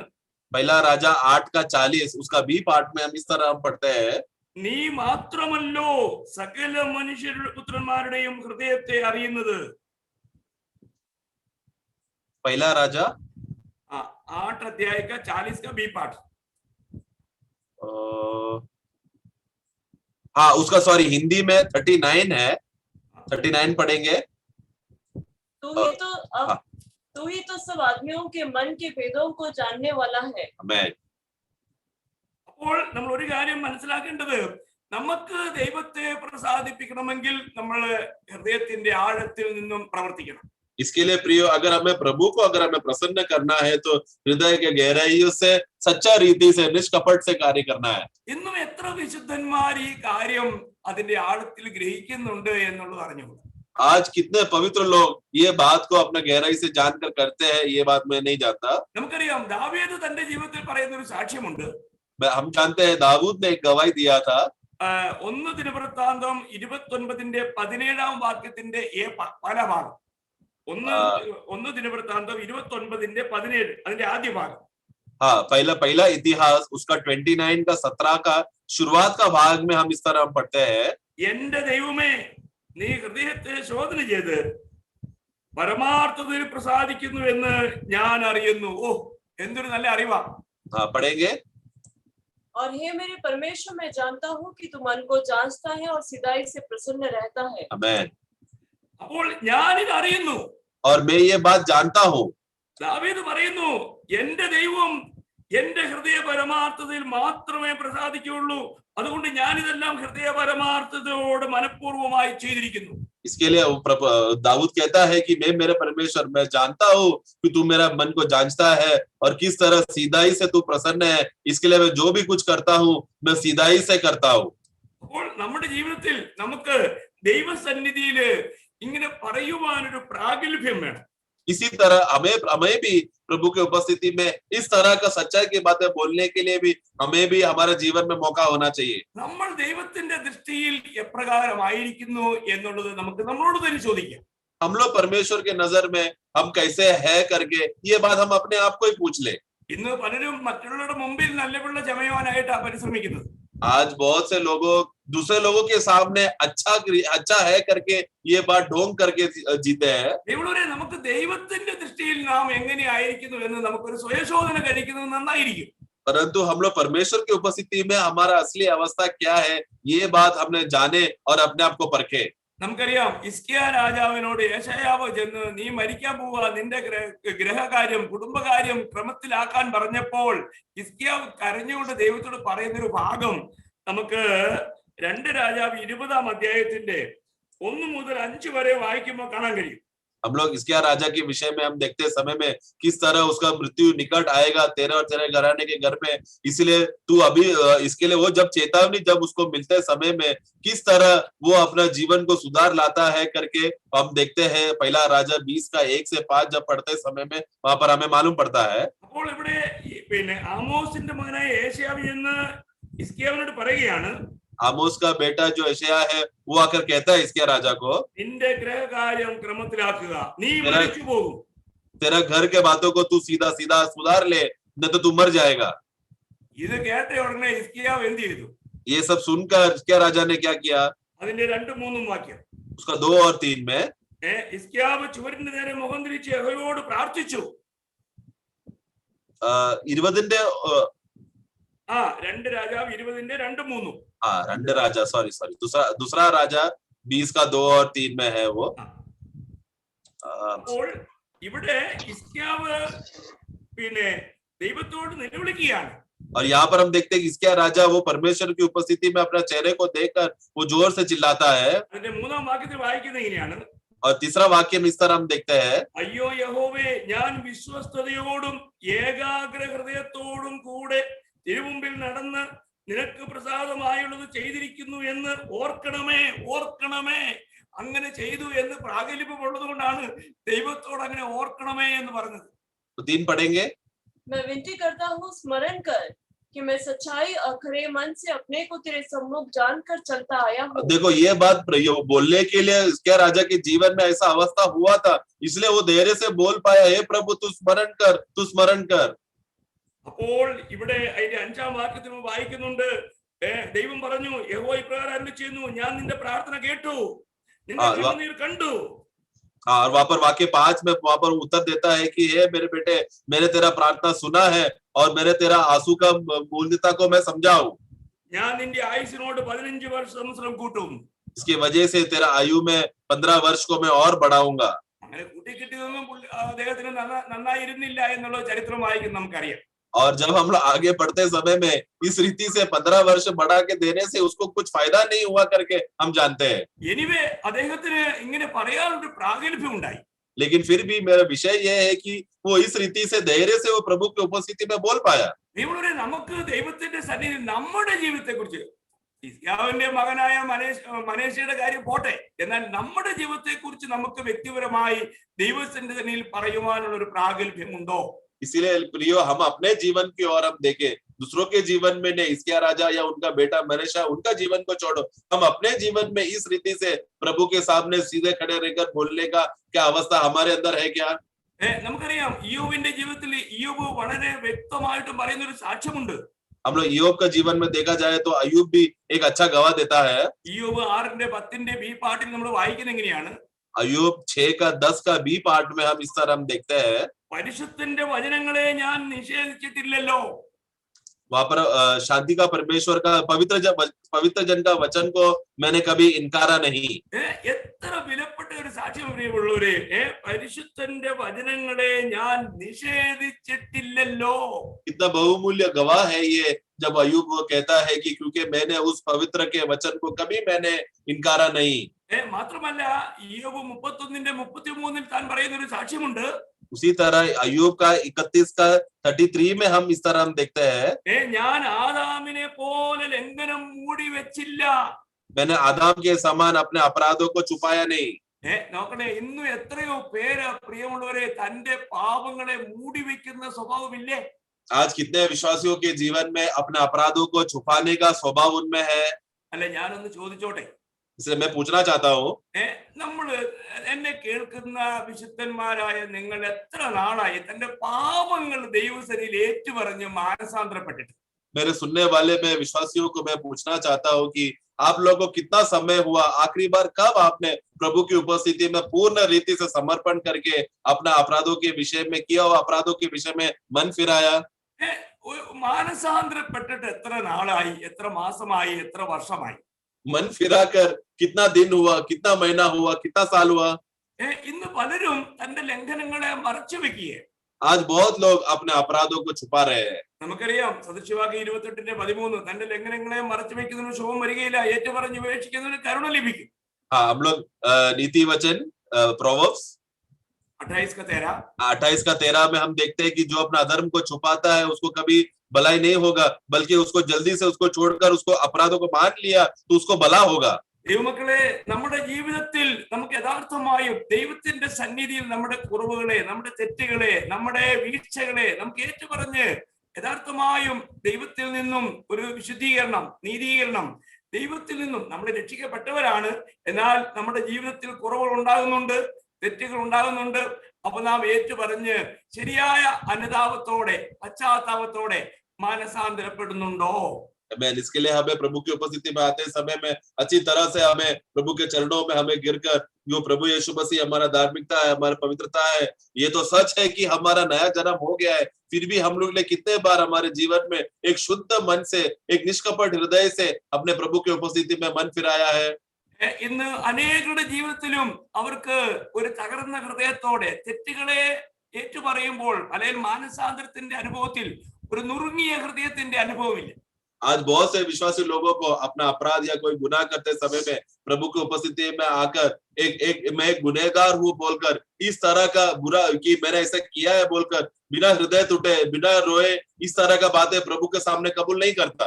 ഇന്ന് പല നിലകളിൽ പാപത്തിന്റെ പരിണത ഫലമായിട്ട് ഹൃദയം കഠിനമായിട്ട് ഒരു ഈ നാമേതയ പ്രാർത്ഥന പോലെ കർത്താവേ ക്ഷമിക്കണേ ഇങ്ങനെയൊക്കെ പറയുന്നതല്ലാണ്ട് യഥാർത്ഥ മാനസാന്തര അനുഭവത്തോടെയുള്ള പാപക്ഷമ പ്രാപിക്കുന്ന അനുഭവമുള്ള വിശുദ്ധന്മാരുടെ സംഖ്യ ഈ തലമുറയിൽ വളരെ കുറവാണ്. आज मैं आप लोगों को बताना चाहता हूँ कि हम एक ऐसा जमाने में जी रहे या ऐसा समय में जी रहे जहाँ पर विश्वासी लोग प्रभु की उपस्थिति में सच्चा मन से तो आते नहीं है, और कुछ भी अगर गलत किया है तो उसका कोई भी बुरा उनको नहीं है, बस नामधारी के रूप में नाम के लिए हे प्रभु क्षमा कर लो, बस ऐसा एक दो बातें बोलकर बिना कोई दुख उठाए, बिना कोई वो वेदना में वो लोग प्रभु की उपस्थिति में नहीं आता। ऐसा लोग ऐसा जमाने में हम जी रहे हैं। അതുകൊണ്ട് എന്ത് ചെയ്യുന്നില്ല, അവർക്ക് ശരിക്കും ദൈവശബ്ദം കേൾക്കുവാൻ കഴിയുന്നില്ല. जिसकी वजह से क्या हो रहा है, परमेश्वर के बातों को उन लोग को सही रीति से सुनने नहीं हो पा रहा। ശരിക്കും പറഞ്ഞു കഴിഞ്ഞാൽ ഇന്ന് ആത്മീയ വിശപ്പും ദാഹവും പലരിലും നഷ്ടപ്പെട്ടിരിക്കുന്നു.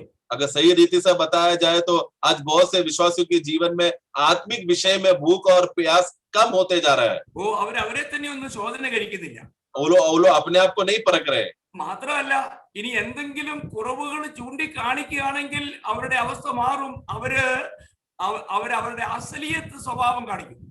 और उतना ही नहीं, यदि अगर कोई भाई अगर प्रेम में आकर उनका असली अवस्था बताए या उनका गलती बताए तो क्या होता है, ये बातें सुनकर ऐसे विश्वासी लोग वो लोग पूर्ण रीति से गुस्सा होकर चेहरा बदल जाता है और उनका असली चेहरा, असली स्वभाव बाहर प्रकट होता है। ഇന്ന് ആരെയും കറക്റ്റ് ചെയ്യുന്നത് ആർക്കും ഇഷ്ടമല്ല. आज कोई भी भाई जाकर दूसरे को अगर सुधारे तो ये किसी को पसंद नहीं है। പ്രിയമുള്ളവരെ, നമ്മൾ നമ്മുടെ ജീവിതത്തിൽ നമ്മൾ പരിശോധിക്കണം. इसलिए प्रिय आओ हम अपने जीवन को परखें। നമുക്ക് ഇന്ന് നമ്മുടെ ഉള്ളിൽ ഒരു പ്രാഗൽഭ്യം ഉണ്ടോ? क्या आज हमें प्रभु की उपस्थिति में धैर्य है? നമ്മള് ഇയ്യോബ് തന്നെ 23:10 ഇയ്യോബ് പറയുന്ന ഒരു സാക്ഷ്യമുണ്ട്. അതിന്റെ ബി പാട്ടില് എന്നെ ശോധന കഴിച്ചാൽ, ദൈവം എന്നെ ശോധന കഴിച്ചാൽ ഞാൻ പൊന്നുപോലെ പുറത്തു വരും. हाँ, वहां पर अयूब का पुस्तक उसका 23वां अध्याय उसका 10 का अगर बी पार्ट में अगर हम पढ़ेंगे बी पार्ट, और जब वह मुझे ता लेगा तब मैं सोने के समान निकलूंगा. എത്ര പ്രാഗൽഭ്യമുള്ള പ്രിയമുള്ളവരെ, അന്ന് ഇതുപോലെയുള്ള തിരുവെഴുത്തുകളൊന്നും ഇയ്യോബിന്റെ കയ്യിൽ ഇല്ല. देखो कितना धैर्य की बात है। एक बात समझना प्रियो, आज हमारे पास जैसा वचन और बाइबल है उस जमाने में अयूब के पास नहीं था। എന്നിട്ടും താൻ എത്രമാത്രം ഭക്തിയോടെ ജീവിച്ചു എന്ന് നമുക്ക് കാണാൻ കഴിയും. फिर भी हम देखते हैं कि किस रीति से वो भक्ति पूर्वक जीवन जिया। ഇന്ന് ഞാൻ ചോദിക്കട്ടെ, ഇന്നത്തെ ദിവസം നിങ്ങൾ എത്ര ദൈവത്തിന്റെ വചനത്തിൽ നിന്ന് എത്ര അധ്യായം നിങ്ങൾ വായിക്കുവാനിടയായി? अगर मैं आज ही अगर मैं पूछता अगर आज के विषय में अगर पूछो तो आज आप लोगों ने किताब में से कितने लोगों ने प्रभु की उपस्थिति में बाइबल में कितना अध्याय आप लोगों ने पढ़ा? ഇപ്പൊ ലോക്ക്ഡൌൺ ആണല്ലോ, अभी तो लॉकडाउन है ना, ഇപ്പൊ അധികം പുറത്തു പോകണ്ടല്ലോ, मतलब ज्यादा बाहर जाने का जरूरत नहीं है, അകത്ത് തന്നെ ഇരിക്കല്ലേ, घर के अंदर ही बैठे हो ना, ദൈവം അകത്ത് ഇരുത്തിയിരിക്കല്ലേ, परमेश्वर ने हमें अंदर बिठाया है ना, എന്നിട്ടും നമുക്ക് ദൈവത്തോടുള്ള കൂട്ടായ്മ എത്രമാത്രം ഉണ്ട്? फिर भी हमें प्रभु की उपस्थिति में प्रभु के साथ का संगति कितना है? ഞാൻ നിങ്ങളെ ആരെയും കുറ്റം പറയാണെന്ന് വിചാരിക്കരുതേ. ऐसा मत सोचना कि मैं आप लोगों का गलती बता रहा हूँ करके। ഞാൻ ആത്മാർത്ഥത കൊണ്ട് നിങ്ങളോട് ചോദിക്കുക, मैं मेरा सच्चा मन से बस आपको खाली पूछ रहा हूँ। നിങ്ങൾ ഒരു ദിവസം ഒരു 10 അധ്യായം എങ്കിലും, 10 പോരാ 10 എങ്കിലും വായിക്കുന്നുണ്ടോ? हे प्रियो, मैं आपसे बस पूछना चाहता हूँ कि कम से कम आप 10 अध्याय पढ़ते हैं क्या? कम से कम 10 नहीं पढ़ना चाहिए, उससे ज्यादा पढ़ना चाहिए, लेकिन कम से कम 10 पढ़ते हो क्या? നിങ്ങൾ വെറുതെ അങ്ങ് വായിച്ചു വിടുന്ന കാര്യമൊന്നുമല്ല പറയുന്നത്. നിങ്ങൾക്ക് വിശുദ്ധന്മാരായതുകൊണ്ട് എങ്ങനെ വായിക്കണം എന്നുള്ളത് നിങ്ങൾക്ക് അറിയാം. और ऐसे ही यूं ही ऊपर ऊपर से पढ़ लेना, वैसा उस विषय में मैं नहीं कह रहा. आप लोग पवित्र लोग हैं, बाइबल कैसा पढ़ना चाहिए आप लोग जानते हैं, इसलिए मैं बता रहा हूँ. അപ്പോൾ നിങ്ങൾ വായിക്കുന്നതിനേക്കാൾ അധികമായി ആ വചനം നിങ്ങളെ വായിക്കുന്നുണ്ടോ? जिस तरह आज जितना आप वचन पढ़ते हैं, क्या उससे अधिक क्या वचन आपको पढ़ रहा है क्या? ഇന്ന് നിങ്ങളോട് ദൈവം സംസാരിച്ചോ? क्या आज प्रभु ने आपसे बात किया क्या? ഇന്ന് ദൈവം നിങ്ങളോട് സംസാരിക്കുന്നത് തന്റെ വചനത്തിലൂടെയാണ്. क्योंकि आज जब प्रभु बात करता है, वो अपना वचन से बात करता है. ദൈവത്തിന്റെ സംഭാഷണം നിങ്ങൾ ആഗ്രഹിക്കുന്നുണ്ടോ? क्या प्रभु के साथ का वार्तालाप आप आग्रह करते हो क्या? അങ്ങനെയുണ്ടെങ്കിൽ നിങ്ങൾ ദൈവത്തിന്റെ വചനം അതിന്റെ ആത്മാർത്ഥതയിൽ ആത്മാവിൽ നിങ്ങൾ അത് ശ്രദ്ധയോടെ ധ്യാനത്തോടെ വായിക്കും. अगर ऐसा प्रभु के साथ का अगर सच्चा संगति अगर आप चाहते हैं, तो उस रीति के अनुसार पूर्ण मन से समर्पण करके आत्मिक रीति से आत्मा में समर्पण होकर आपको वचन को मनन करना जरूरी है. ചിലരോട് നിങ്ങൾ ഇന്ന് വചനം വായിച്ചോ എന്ന് ചോദിച്ചാൽ അവർ ഉത്തരം പറയുന്നത് ഇങ്ങനെയാണ്. कुछ लोगों को जब मैं पूछता हूँ कि आज आप बाइबल पढ़ा क्या, तो वो लोग इस तरह जवाब देते हैं, അത് വൈകുന്നേരം വായിക്കുന്നത്. अरे मैं तो शाम को बाइबल पढ़ता हूँ. പകലൊന്നും വായിക്കത്തില്ല. मतलब दोपहर को बाइबल नहीं पढ़ते. നോക്കണേ, അത് തന്നെ ഒരു പച്ചക്കള്ളമാണ്. तो मतलब वो जवाब में ही देखो ना कितना बड़ा झूठ बोल रहा है, झूठ बोल रहे हैं लोग. പലപ്പോഴും ചോദിക്കാറുണ്ട് ഇന്നലെ പിന്നെ വായിച്ച ഭാഗം ഏതാ? तो फिर मैं पूछता हूँ कि चलो फिर कल कौन सा भाग पढ़ा, അപ്പൊ അവര് കിടന്നിട്ട് ഇത് കറങ്ങും. तो वो लोग थोड़ा चक्कर आता है उनको. നമ്മൾ നോക്കണേ, നമ്മൾ ഏതെല്ലാം നിലയിലാണ് നമ്മൾ വചനത്തെ അവഗണിക്കുന്നത് പ്രിയമുള്ളവരെ. जरा सोचो ना किस रीति से वचन को हम लोग तुच्छ कर रहे हैं. പ്രിയമുള്ളവരെ, നമ്മൾ ദൈവവചനവുമായിട്ട് നമുക്ക് എത്രമാത്രം ആഴമായ ഒരു ബന്ധം ഉണ്ടായിരിക്കണം. इसके लिए हमें प्रभु का वचन के साथ कितना गहरा रिश्ता होना चाहिए. ഈ വചനപ്രകാരം ദൈവം നമ്മളെ ന്യായം വിധിക്കും. क्योंकि ये वचन के अनुसार प्रभु हमारा अंतिम दिन में न्याय करेगा. ഈ വചനം നമ്മുടെ ആത്മീയമായിരിക്കുന്ന പാലാണ്, ആഹാരമാണ്. ഇത് നമ്മുടെ യഥാർത്ഥത്തിൽ ശ്വാസമാണ്. क्योंकि ये वचन बोला तो ये वचन हमारा आत्मिक रीति से हमारे लिए दूध है, हमारे लिए भोजन है और हमारे लिए सब हमारा श्वास है. നമ്മുടെ കാലിന് ദീപവും പാതയ്ക്ക് പ്രകാശവുമാണ്. हमारा पैर के लिए दीप और प्रकाश है. നമ്മൾ ചിന്തിക്കണം, ഈ വചനത്തിന്റെ മഹാത്മ്യം. ഈ വചനം കൂടാതെ നമുക്ക് ക്രിസ്തുവിൽ തികഞ്ഞവരാകാൻ കഴിയില്ലെന്ന് 2 തിമോത്തി 3:16-17 പറയുന്നു. दूसरा तिमोथी 3:16-17 पढ़ते समय में पवित्र जन को ये सिद्ध करता है करके ये वचन को हम देखते हैं. ഇവിടെ ഈ വചനത്തിന്റെ എന്തുമാത്രം ശ്രേഷ്ഠത കൊണ്ട് നമ്മളത് വർണ്ണിക്കാൻ പോയി കഴിഞ്ഞാൽ ഇവിടെ എങ്ങനെ നിൽക്കുമോ? तो इसके लिए वचन के बारे में अगर वर्णन करने शुरू करेगा तो क्या आज इधर खत्म होएगा क्या? അപ്പോൾ നമുക്ക് ദൈവത്തെ കേൾക്കുവാൻ, ദൈവത്തിന്റെ ആലോചന പ്രാപിക്കുവാൻ ആഗ്രഹിക്കുന്ന ഒരു വ്യക്തി കൂടുതലായി വചനം വായിച്ച് ധ്യാനിക്കും. इसके लिए जो प्रभु का जन है और प्रभु की ओर से अगर उसको बातें सुनना है, तो वो ज्यादा समय वचन में मनन करेगा. ഇയ്യോബ് പറയാനുള്ളത് പറഞ്ഞാല്, ഞാൻ പരിശുദ്ധന്റെ വചനങ്ങളെ നിഷേധിച്ചിട്ടില്ല. अय्यूब का जीवन में गवाही कहता है कि मैंने प्रभु का वचन को कभी टुकराया नहीं. അതുകൊണ്ട് എന്നെ ശോധന കഴിച്ചാൽ ഞാൻ പൊന്നുപോലെ പുറത്തു वരും. इसके लिए अगर आज मुझे परखोगे तो सोने के समान मैं बाहर निकल कर आऊंगा. അവിടെ ഇയ്യോബിന്റെ വചനത്തില് പിന്നെ പുസ്തകത്തിൽ ഒരു വലിയൊരു ചോദ്യമുണ്ട്. നമ്മളോടുള്ള ബന്ധത്തിൽ അത് വളരെ ഇമ്പോർട്ടന്റ് ആണ്. हाँ, अय्यूब का पुस्तक में जब पढ़ते समय में वहां पर एक बहुत बड़ा सवाल वहां पर पूछता है जो हमारे जीवन में जरूरी है. അത് ഇയ്യോബ് 13:9 वो अय्यूब का पुस्तक 13:9 में हम देखते हैं. അവൻ നിങ്ങളെ പരിശോധിച്ചാൽ നന്നായി കാണുമോ? पढ़ेंगे. क्या यह भला होगा कि वह तुमको जांचे? അപ്പോൾ അവൻ നിങ്ങളെ പരിശോധിച്ചാൽ നന്നായി കാണുമോ? क्या यह भला होगा क्या कि वो तुमको जांचे? അതൊരു വലിയ ചോദ്യമാണ്. ये बहुत बड़ा सवाल है. ദൈവം നമ്മളെ പരിശോധിച്ചാൽ, यदि परमेश्वर अगर हमें जांचे तो നന്നായി കാണുമോ? क्या हमें भला वो बात भला होगा क्या? നമ്മുടെ അവസ്ഥ എങ്ങനെയായിരിക്കും? क्योंकि हमारा अवस्था क्या होगा? നമ്മള് അത് നമ്മളോട് തന്നെ ചോദിക്കാം. ये बात हम अपने आप को पूछे. നമുക്ക് ഒരിക്കലും മറ്റൊരുവനെ ശോധന ചെയ്യാനോ അവനെ വിധിക്കാനോ ഒന്നും നമുക്ക് യാതൊരു യോഗ്യതയില്ല, അതിനുള്ള അർഹതയില്ല. क्योंकि हमें कभी भी दूसरों को जांचना, दूसरों को परख कर ऐसा है वैसा है बोलना, ये सब बातों के लिए कभी हमारे पास सही योग्यता नहीं है. നമുക്ക് എപ്പോഴെങ്കിലും നമ്മൾ ചെയ്യുന്ന ഒരു കാര്യം ശരിയല്ല എന്ന് തോന്നിയിട്ടുണ്ടോ? हमें कभी भी अपना जीवन में ऐसा हुआ है क्या आपको कि मैंने ये काम किया वो गलत है करके ऐसा विचार कभी आया है क्या? നമുക്കറിയാം 2 രാജാവ് 7:9 4 കുഷ്ഠരോഗികൾ പരസ്പരം പറയുന്ന ഒരു വാക്ക് ഇങ്ങനെയുണ്ട്. दूसरा राजा 7:9 में वहां पर 4 जो कुष्ठरोगी है वो आपस में एक बात पूछते हैं. അവര് തമ്മിൽ പറയുന്ന ഒരു കാര്യം, हाँ, वो लोग आपस में ये बात बोल रहे हैं, നാം ചെയ്യുന്നത് ശരിയല്ല. हम जो ये कर रहे हैं वो सही नहीं. അപ്പോൾ നമുക്ക് ഇന്ന് വരെ നമ്മൾ ചെയ്യുന്ന കാര്യം ശരിയാണോ എന്നൊരു പരിശോധന ഉണ്ടായിട്ടുണ്ട്. तो क्या इस तरह हमने ऐसा कुछ भी जो काम किया है वो सही है क्या नहीं, क्या ये बात हमें ऐसा अवस्था हुआ है क्या? ദൈവമക്കൾ അത് പരിശോധിക്കണം പ്രിയമുള്ളവരെ. इसलिए प्रियजनों, हमें अपने आप में परखना है. നമ്മുടെ ജീവിതത്തിൽ നമുക്കൊരു സ്വയശോധന വളരെ അത്യാവശ്യമാണ്. क्योंकि हमें अपना जीवन में एक स्वयं रीति से अपने आप को परखने का अवस्था बहुत जरूरी है. എത്രയോ പ്രാവശ്യം നമുക്ക് നമ്മുടെ മനസാക്ഷി നീ ചെയ്യുന്നത് ശരിയല്ല, നീ പറയുന്നത് ശരിയല്ല, നീ ചിന്തിക്കുന്നത് ശരിയല്ല എന്ന് പറഞ്ഞു കാണും.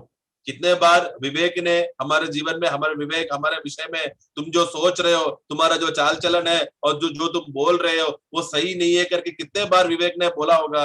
എന്നിട്ട് നമ്മൾ എന്ത് ചെയ്തു? और ये ऐसा सुनने के बाद हम क्या करते हैं? നമ്മളെ തന്നെ ഒന്ന് നേരെയാക്കാൻ നമ്മൾ ശ്രമിച്ചോ? क्या हम अपने आप को सीधा करने के लिए कोशिश किया क्या? Praise the Lord. Praise the Lord. നമ്മൾ 1 തെസ്സലോനിക്കർ 5-ാം അധ്യായം 21-22 വാക്യം വായിക്കുമ്പോൾ, पहला തെസ്സലോനി 5 का 21 और 22 जब हम पढ़ते हैं, സകലവും ശോധന ചെയ്ത് നല്ലത് മുറുകെ പിടിപ്പീൻ, സകലവിധ ദോഷവും വിട്ടകലുവിൻ. पढ़ेंगे 21-22. सब बातों को परखो, जो अच्छी है उसे पकड़े रहो, सब प्रकार की बुराई से बचे रहो. അപ്പോൾ നമ്മൾ എന്ത് ചെയ്യണം? നമ്മള് സകലവും ശോധന ചെയ്ത് നല്ലത് മുറുകെ പിടിക്കണം. तो हमें करना क्या है कि सब बातों को परखो और जो अच्छी है वो बात को पकड़े रहो.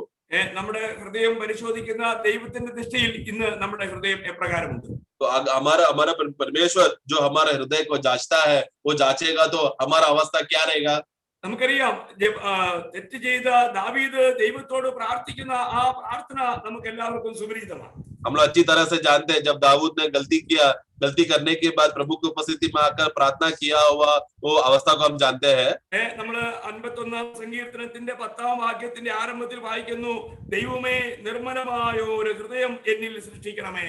हाँ, वहां पर भजन संगीता 59 का 10 का शुरुआत का भाग पढ़े. हे परमेश्वर, मेरे अंदर शुद्ध मन उत्पन्न कर. आमेन. അപ്പോൾ ഒരു നിർമ്മലമായ ഹൃദയത്തെ ആഗ്രഹിക്കുന്ന ഒരു അനുഭവം ഭക്തന്റെ ജീവിതത്തിൽ ഉണ്ടാകണം. इसलिए भक्तों का जीवन में एक शुद्ध मन होने का मन हमेशा होना चाहिए. അപ്പോൾ നമുക്ക് അങ്ങനെ ഒരു ഹൃദയം നമ്മൾ ആഗ്രഹിക്കുന്നുവെങ്കിൽ നമ്മളിൽ ഒരു സവിശേഷ ഗുണം കാണും. इस तरह का हृदय या एक शुद्ध मन हमारे अंदर रहने का अगर आग्रह रहेगा तो ऐसे लोगों का एक खास गुण ये है. നമ്മള് സദൃശവാക്യം 22:11 ആദ്യ ഭാഗത്ത് വായിക്കുമ്പോൾ, अब हम लोग नीति वचन 22 का 11 का शुरुआत में हम देखते हैं. ഹൃദയശുദ്ധി ഇഷ്ടപ്പെടുന്നവനോ അധരലാവണ്യമുണ്ട്. 22 का 11 पढ़ेंगे शुरुआत. जो मन की शुद्धता से प्रीति रखता है उसका और जिसके वचन मनोहर होते हैं, राजा उसका मित्र होता है. उसका हिंदी में വേറെ രീതിയിലാണ്. उसका वचन मनोहर होता है. അപ്പോൾ അവന്റെ അതിരിൽ നിന്നും പറയുന്നത് ലാവണ്യ വാക്കുകൾ. നമുക്കറിയാം നമ്മുടെ കർത്താവിന്റെ വാക്കുകൾ ലാവണ്യ വാക്കുകളായിരുന്നു. जब मलयालम में जब ये वाक्य को पढ़ेंगे तो उधर इस तरह लिखा है, जिसका मन शुद्धता को प्रीति रखता है, उसका हृदय, उसका होठ, उसका वचन हमेशा अनुग्रह का बातें होता है. जैसा हम लोग प्रभु यीशु मसीह का जीवन को देखेंगे तो प्रभु यीशु मसीह हमारे अपना होठों से हमेशा अनुग्रह की बातें, यानी कि भला बातें, दूसरों को सुनकर अच्छा लगे, इस तरह का बातें प्रभु बोलता था. നമ്മുടെ ജീവിതത്തിൽ നമ്മൾക്ക് കർത്താവുമായിട്ടുള്ള ബന്ധത്തിൽ നമ്മുടെ ഹൃദയം ദൈവത്തിന്റെ ശരീരപ്രകാരമായിരിക്കും. इसके लिए प्रियो, आज प्रभु की उपस्थिति में, संगति में बना रहते समय में हमारा मन प्रभु की उपस्थिति में कैसा है? എല്ലാ ദൈവമക്കളും എടുക്കേണ്ട ഒരു നല്ല തീരുമാനം ഞാൻ തിരുവചനത്തിൽ നിന്ന് നിങ്ങളെ ഓർപ്പിക്കാം. सभी पवित्र जन लोग प्रभु की उपस्थिति में एक अच्छा निर्णय लेना चाहिए. वो निर्णय मैं वाक्य से मैं बताना चाहता हूँ. അത് 101-ന്റെ 2-ാം വാക്യമാണ്. वो 101 का 2 में हम पढ़ते हैं. അവിടെ വായിക്കുന്നതിനെയാണ്, ഞാൻ നിഷ്കളങ്ക മാർഗത്തിൽ ശ്രദ്ധ വയ്ക്കും, ഞാൻ എന്റെ വീട്ടിൽ നിഷ്കളങ്ക ഹൃദയത്തോടെ പെരുമാറും. 101 का 2 पढ़ेंगे भजन संगीता. मैं बुद्धिमानी से खरे मार्ग में चलूंगा, तू मेरे पास कब आएगा? मैं अपने घर में मन की खराई के साथ अपनी चाल चलूंगा. കിട്ടിയോ അത്? यस. അപ്പോൾ ഞാൻ നിഷ്കളങ്ക മാർഗത്തിൽ ശ്രദ്ധ വയ്ക്കും, मैं खरे मार्ग में मैं चलूंगा. എന്നിട്ട് പറയാണ്, ഞാൻ എന്റെ വീട്ടിൽ നിഷ്കളങ്ക ഹൃദയത്തോടെ പെരുമാറും. और मैं अपने घर के मन की खराई के साथ में अपना चाल चलूंगा। എന്നിട്ട് അതിന്റെ മധ്യഭാഗം എപ്പോൾ നീ എന്റെ അടുക്കൽ വരും.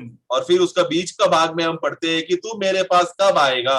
Praise the Lord. Praise the Lord. എത്ര നല്ല ഒരു തീരുമാനമാണ് ദൈവമക്കളെ. ये प्रियो, ये कितना अच्छा निर्णय है ये। നമ്മൾ ഇന്ന് കർത്താവിനായിട്ടുള്ള നമ്മുടെ വീട്ടിൽ മാത്രമല്ല, നാം ദൈവസന്നിധി ചെല്ലുമ്പോഴോ അല്ലെ എവിടെ പോകുമ്പോഴും നമുക്ക് അങ്ങനെ ഒരു പരമാർത്ഥ ഹൃദയം നമുക്ക് ആവശ്യമാണ്. इसके लिए प्रिय, हमारा अवस्था हम लोग किधर भी रहते समय में प्रभु में, सिर्फ घर में नहीं बाहर में किधर भी हम रहते समय में एक निष्कपट मन होना जरूरी है। നമുക്കറിയാം എബ്രായ ലേഖനം 10:22 ദൈവമക്കൾക്ക് സുപരിചിതമാണ്. हम इब्रानियों का 10:22 में पवित्र जनों को आप लोग अच्छी तरह से इस वाक्य से वाकिफ है। പരമാർത്ഥ ഹൃദയത്തോടെ ദൈവസന്നിധിയിലേക്ക് വരിക എന്നാണ് ദൈവത്തിന്റെ വചനം പറയുന്നത്. एक शुद्ध मन से प्रभु के उपस्थिति में आओ करके वचन कहता है। അതെ, നാം ദൈവത്തിന്റെ സന്നിധിയിൽ വരുന്നത് വളരെ പരമാർത്ഥ ഹൃദയത്തോടെ ആയിരിക്കണം. यानी कि प्रभु की उपस्थिति में आते समय में सच्चे मन से और शुद्ध मन से आओ करके ये बात अनिवार्य है। നാം കർത്താവിനെ വിളിച്ചപേക്ഷിക്കുമ്പോഴും എങ്ങനെയായിരിക്കണം? 2 തിമോത്തി 2:22 ബി പാർട്ടിൽ നമ്മൾ വായിക്കുന്നത്, ശുദ്ധ ഹൃദയത്തോടെ കർത്താവിനെ വിളിച്ചപേക്ഷിക്കും. और दूसरा तिमोथी 2 अध्याय उसका 22वां वाक्य का बी पार्ट में भी हम पढ़ते समय में वहां पर हम देखते हैं उसका आखिरी भाग में, और शुद्ध मन से प्रभु का नाम को लेते हैं। പ്രിയോ, നമ്മൾ ഇന്ന് കർത്താവേ എന്ന് വിളിക്കുമ്പോൾ നമ്മൾ എങ്ങനെയുള്ള ഹൃദയത്തിൽ നിന്നാണ് നമ്മൾ കർത്താവേ എന്ന് വിളിക്കുന്നത്? इसलिए हे प्रियो, आज हम लोग प्रभु को हे प्रभु करके जब हम पुकारते समय में किस प्रकार का मन से हम पुकारते हैं? നമുക്കറിയാം, നമ്മള് കർത്താവ് മലയിലെ പ്രസംഗത്തില് മത്തായി 5:8 പറഞ്ഞു, ഹൃദയശുദ്ധിയുള്ളവർ ഭാഗ്യവാന്മാർ, അവർ ദൈവത്തെ കാണും.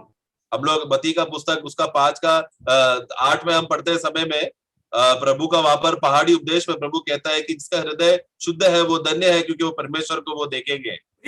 അങ്ങനെയുള്ളവർ ഉണരുമ്പോൾ, ऐसे लोग जब 17:15 വായിക്കുന്നു, ഉണരുമ്പോൾ നിന്റെ രൂപം കണ്ട് തൃപ്തനാവും. हाँ, और ऐसे लोग जब वो सवेरे उठते समय में, हम लोग भजन संगीता 17:15 में हम पढ़ते समय में वो लोग जागते समय में प्रभु का चेहरे को देखकर वो लोग खुश हो जाते हैं। ഓ, എത്ര അനുഗ്രഹിക്കപ്പെട്ടൊരു കാര്യമാണ്. हमें कितना आनंदमय बात है ये। യേശുക്രിസ്തു നമ്മുടെ കർത്താവായി നമ്മുടെ ഹൃദയത്തിൽ കർത്തൃത്വം നടത്തുമ്പോൾ നമ്മുടെ ഹൃദയം എപ്രകാരമായിരിക്കണം? अगर यीशु मसीह हमारे जीवन में प्रभु होकर वो हमारे हृदय का प्रभुत्व अगर प्रभु ले लिया तो वो हमारे जीवन में कितना आनंद का बात है। എത്ര ശ്രേഷ്ഠമായ അനുഭവങ്ങളാണ് വിശുദ്ധന്മാർക്ക് ദൈവം ഒരുക്കിയിരിക്കുന്നത്. कितना श्रेष्ठ बातें हैं प्रभु अपना पवित्र लोगों के जीवन में रखा है। തിരുവചനത്തിൽ പറഞ്ഞിരിക്കുന്ന ഏത് നന്മയും നമുക്ക് വചനാനുസരണമായി നമുക്ക് പ്രാപിക്കുവാൻ കഴിയും. परमेश्वर का वचन में लिखा हुआ सभी भी जो भी जितना भी आशीष है वो सब वचन के द्वारा हम प्राप्त कर सकते हैं। നമുക്കറിയാം 84:11 ബി പാർട്ടിൽ വായിക്കുന്നത്, നേരോടെ നടക്കുന്നവർക്ക് അവൻ ഒരു നന്മയും മുടക്കുകയില്ല. 89 verse 84:11 84 का 11 में हम जो पढ़ते समय में जो सीधा चलते, അതിന്റെ അർത്ഥം ഹൃദയത്തിൽ കളങ്കമില്ലാതെ ജീവിക്കുന്നവർക്ക്. तो पढ़ेंगे, हिंदी में पढ़ेंगे। और जो लोग खरी चाल चलते हैं उनसे वह कोई अच्छा पदार्थ रखना छोड़ेगा। यानी कि क्या, जिसका हृदय शुद्ध रहेगा ऐसे लोगों को प्रभु कोई भी बातें छुपा के नहीं रखेगा। അപ്പോൾ ഹൃദയത്തിൽ കളങ്കമില്ലാത്ത ഒരു അനവസ്ഥ, यानी कि हृदय में कोई भी प्रकार का कलंक ना रहे। ഇന്ന് അനേകർക്കും ദൈവവചനം കേൾക്കുമ്പോൾ തന്നെ അത് ഇഷ്ടപ്പെടാറില്ല. आज तो बहुत विश्वासियों को प्रभु का वचन जब सच्चाई रीति से पढ़ते समय में वो सुनने को लोगों को पसंद नहीं है। അതെന്താണെന്ന് അറിയാമോ? कारण क्या है? അവരുടെ നടപ്പ് നേരല്ലെന്നുള്ളതാ. उनका चाल चलन सीधा नहीं है। इसके लिए കാരണം മീഖ 2:7 വായിക്കുന്നത്, നേരായി നടക്കുന്നവർക്ക് എന്റെ വചനം ഗുണകരമല്ലയോ? मीका का पुस्तक 2:7 में हम पढ़ते समय में जो सीधा चाल चलन चलता है उनके लिए मेरा वचन फायदेमंद है। അതാണ് വിഷയം. वहां पर वो है विषय। അപ്പോൾ നമുക്ക് യഥാർത്ഥമായിട്ടും നമ്മളും കർത്താവുമായിട്ടുള്ള ബന്ധത്തിലുള്ള നമ്മുടെ ജീവിതം എപ്രകാരമുണ്ട്? इसके लिए आज हमारा जीवन प्रभु की उपस्थिति में कैसा है? നമുക്കിന്ന് ഒരു നിർഭയമായ ജീവിതം നയിക്കുവാൻ കഴിയുന്നുണ്ടോ? क्या आज हम लोग बिना डरे बिना भय से प्रभु की उपस्थिति में एक खरा जीवन जीने हो पा रहा है क्या? നമുക്ക് യഥാർത്ഥത്തിൽ ഹൃദയത്തിൽ സ്വർഗീയ സന്തോഷം അനുഭവിക്കുവാൻ കഴിയുന്നുണ്ടോ? क्या आज हमारे हृदय में हमारे दिलों में स्वर्गीय आनंद का अनुभव करने हो पा रहा है क्या? കാരണം 97:11 വായിക്കുന്നത്, പരമാർത്ഥ ഹൃദയമുള്ളവർക്ക് സന്തോഷം ഉദിക്കും. 97:11 അല്ലേ? भजन संगीता उसका 97 का 11 में जब हम पढ़ते हैं समय में 97 का 11 पढ़ेंगे हिंदी में। धर्मी के लिए ज्योति और सीधे मन वालों के लिए आनंद बोया गया है। हाँ, जिसके जो सीधे मन है उनके लिए आनंद बोया गया है, मतलब आनंद एकदम उमड़ के उनके अंदर से बाहर निकलेगा। Praise the Lord. आमेन। എത്ര അനുഗ്രഹിക്കപ്പെട്ടൊരു കാര്യമാണ് ഇവിടെ. कितना आशीषमय बात है ये प्रियो। ഇന്ന് നാം ഒരു കാര്യം മനസ്സിലാക്കേണ്ടത്, ഇന്ന് നമ്മുടെ ജീവിതത്തിൽ ഇന്നാണ് കർത്താവ് വരുന്നതെങ്കിൽ നമുക്ക് ആ കർത്താവിനെ സ്വീകരിക്കാനുള്ള യഥാർത്ഥ ഒരുക്കം ഹൃദയംഗമായിട്ടുണ്ടോ? इसलिए प्रियो, यदि अगर प्रभु अगर आ रहा हो, अभी प्रभु आएगा, तो क्या उस प्रभु को आनंद में प्रभु की उपस्थिति को में हम स्वीकारा जाने का वो खुशी आज हमारे अंदर है क्या? ദൈവം വരുന്നു എന്ന് കേൾക്കുമ്പോൾ നമുക്ക് ഭയമാണോ അതോ സന്തോഷമാണോ ഉണ്ടാകുന്നത്? हमारा प्रभु अभी आ रहा है करके ये बात जब बोलते समय में और आप लोग जब सुनते हैं, तो सुनते समय में ये आपको डर लगता है क्या आनंद होता है? നമ്മള് സദൃശവാക്യം 10:9 ആദ്യ ഭാഗത്ത് വായിക്കുന്നത് നേരായി നടക്കുന്നവൻ निर्भयनाय നടക്കുന്നു എന്നാണ്. हम लोग प्रोवर्ब्स का पुस्तक 10 का 9 में पढ़ते समय में जो प्रभु की उपस्थिति में सीधा चलता है, वो बिना डरे वो चलता है। Praise the Lord. Praise the Lord. അപ്പോൾ ഇന്ന് നമുക്ക് നമ്മുടെ കർത്താവ് വരുമ്പോൾ യഥാർത്ഥമായി നമുക്ക് കർത്താവിനെ നമുക്ക് മുഖാമുഖം കാണുവാൻ നമ്മളുടെ ഹൃദയം പരമാർത്ഥമായിരിക്കട്ടെ. इसके लिए आओ, आज जब प्रभु का अगर आगमन हुआ, तो बिना डरे और शुद्ध मन से प्रभु की उपस्थिति में बने रहने के लिए, हमारा मन चंचल ना होते हुए बने रहने के लिए प्रभु हम सबको सहायता करे। സങ്കീർത്തനം 7:10 പാട്ടിൽ വായിക്കുന്നത് അവൻ ഹൃദയ പരമാർത്ഥികളെ രക്ഷിക്കുന്നു. भजन संगीता उसका 7 का 10 का बी पार्ट में हम पढ़ते हैं, 7 का 10 पढ़ेंगे। मेरी डाल परमेश्वर के हाथ में है, वह सीधे मन वालों को बचाता वो है। सीधे मन वालों को बचाता है। Praise the Lord. मैं പ്രിയമുള്ളവരെ, നമുക്ക് നമ്മുടെ ജീവിതം, നമ്മുടെ ഹൃദയം, നമ്മൾ ഇന്ന് കർത്താവിനോടുള്ള ബന്ധത്തിൽ എങ്ങനെയായിരിക്കുന്നു? उसके लिए प्रिय, आज हमारा जीवन कैसा है? प्रभु की उपस्थिति में हमारा जीवन, उनके सामने आज हमारा जीवन कैसा है? നമ്മുടെ ഹൃദയംഗവുമായിട്ട് നമുക്ക് കർത്താവിനെ നമുക്ക് സ്നേഹിക്കുന്നു എന്ന് പറയാൻ കഴിയുന്നുണ്ടോ? क्या पूर्ण मन से और शुद्ध मन से मैं प्रभु से प्रेम करता हूँ करके ऐसा आप लोग बोल पाएंगे? ഇന്ന് ആത്മാർത്ഥമായിട്ട് കർത്താവെ അങ്ങയെ ഞാൻ സ്നേഹിക്കുന്നു എന്ന് നമുക്ക് ഒരു പ്രാവശ്യമെങ്കിലും പറയാൻ കഴിഞ്ഞോ? क्या आज आप लोग आत्मा से भरकर सच्चा मन से हे प्रभु मैं आपसे प्रेम करता हूँ करके ऐसा आप लोग को बोलने हो पाएगा क्या? കാരണം കർത്താവിനെ സ്നേഹിക്കുന്നവർ കർത്താവിന്റെ വചനം പ്രമാണിക്കും. क्योंकि जो प्रभु को प्रेम करता है, वो प्रभु का वचन को पालन करता है। കർത്താവിനെ സ്നേഹിക്കുന്നവർ വിശ്വസ്തരായി ജീവിക്കും. जो प्रभु से प्रेम करता है, वो विश्वास योगी जीवन जिएगा। ഇന്നും കർത്താവിന് വിശ്വസ്തരെ ആവശ്യമുണ്ട്. क्योंकि आज भी प्रभु को विश्वास योग्य दास का जरूरत है। നമുക്കൊരു ഒരു ഒരു വിശ്വാസയോഗ്യമായ ഒരു ഹൃദയ പരമാർത്ഥതയോടെയുള്ള ഒരു ജീവിതം നയിക്കാം. इसलिए आओ हम लोग प्रभु की उपस्थिति में एक विश्वास योग्य होकर और निष्कपट मन से प्रभु की उपस्थिति में जिए। അല്ലേ, നഥനയേലിനെ കണ്ടപ്പോഴേ കർത്താവ് പറഞ്ഞു, ഇവൻ സാക്ഷാൽ ഇസ്രായേലിൻ, ഇവനിൽ കപടമില്ല. हम लोग प्रभु ने जब नतनएल को देखा, यूहन्ना का पुस्तक में कहता है कि देखो ये एक सच्चा इसराइली है, क्योंकि इसका हृदय में कुछ भी कपट नहीं। നിങ്ങൾക്ക് ആ റെഫറൻസ് അറിയാവുന്നതുകൊണ്ട് ഞാൻ പറയാതെ പോയത് 1:47 യോഹന്നാൻ. यस यूहन्ना 1 का 47 में है वो बात। അപ്പോൾ ഞാൻ പറഞ്ഞത് സാരം, പ്രിയമുള്ളവരെ, ഇന്ന് കർത്താവ് നമ്മളെ കാണുമ്പോൾ നമ്മളെ കുറിച്ച് എന്ത് സാക്ഷ്യം പറയും? इसलिए आज जब प्रभु आज अगर हमको देखेंगे, तो प्रभु हमारे विषय में क्या गवाही देगा? ഇന്ന് നമുക്ക് ദൈവത്തിന്റെ ഒരു പ്രിയ പൈതലായി, പ്രിയ മകനായി ജീവിക്കുവാൻ ഈ തലമുറയിൽ നമുക്ക് കഴിയുന്നുണ്ടോ? कि आज हम लोग प्रभु की उपस्थिति में प्रभु का प्रिय बेटा होकर जीने के लिए हो पा रहा है क्या? ഇന്ന് നമുക്ക് ആത്മാവിൽ കർത്താവിൽ നിന്ന് ലഭിക്കുന്ന സാക്ഷ്യം എന്താണ്? आज हमें आत्मा में प्रभु की ओर से क्या गवाही हम सुन रहे हैं? നമ്മളത് കേൾക്കണം. वो हमें सुनना है। നമ്മൾ ഓരോ ദിവസവും ഓരോ നിമിഷവും കേൾക്കണം. हमें एक एक दिन एक एक क्षण हमको ये बातें सुनना है। അതിന് കർത്താവ് സഹായിക്കട്ടെ.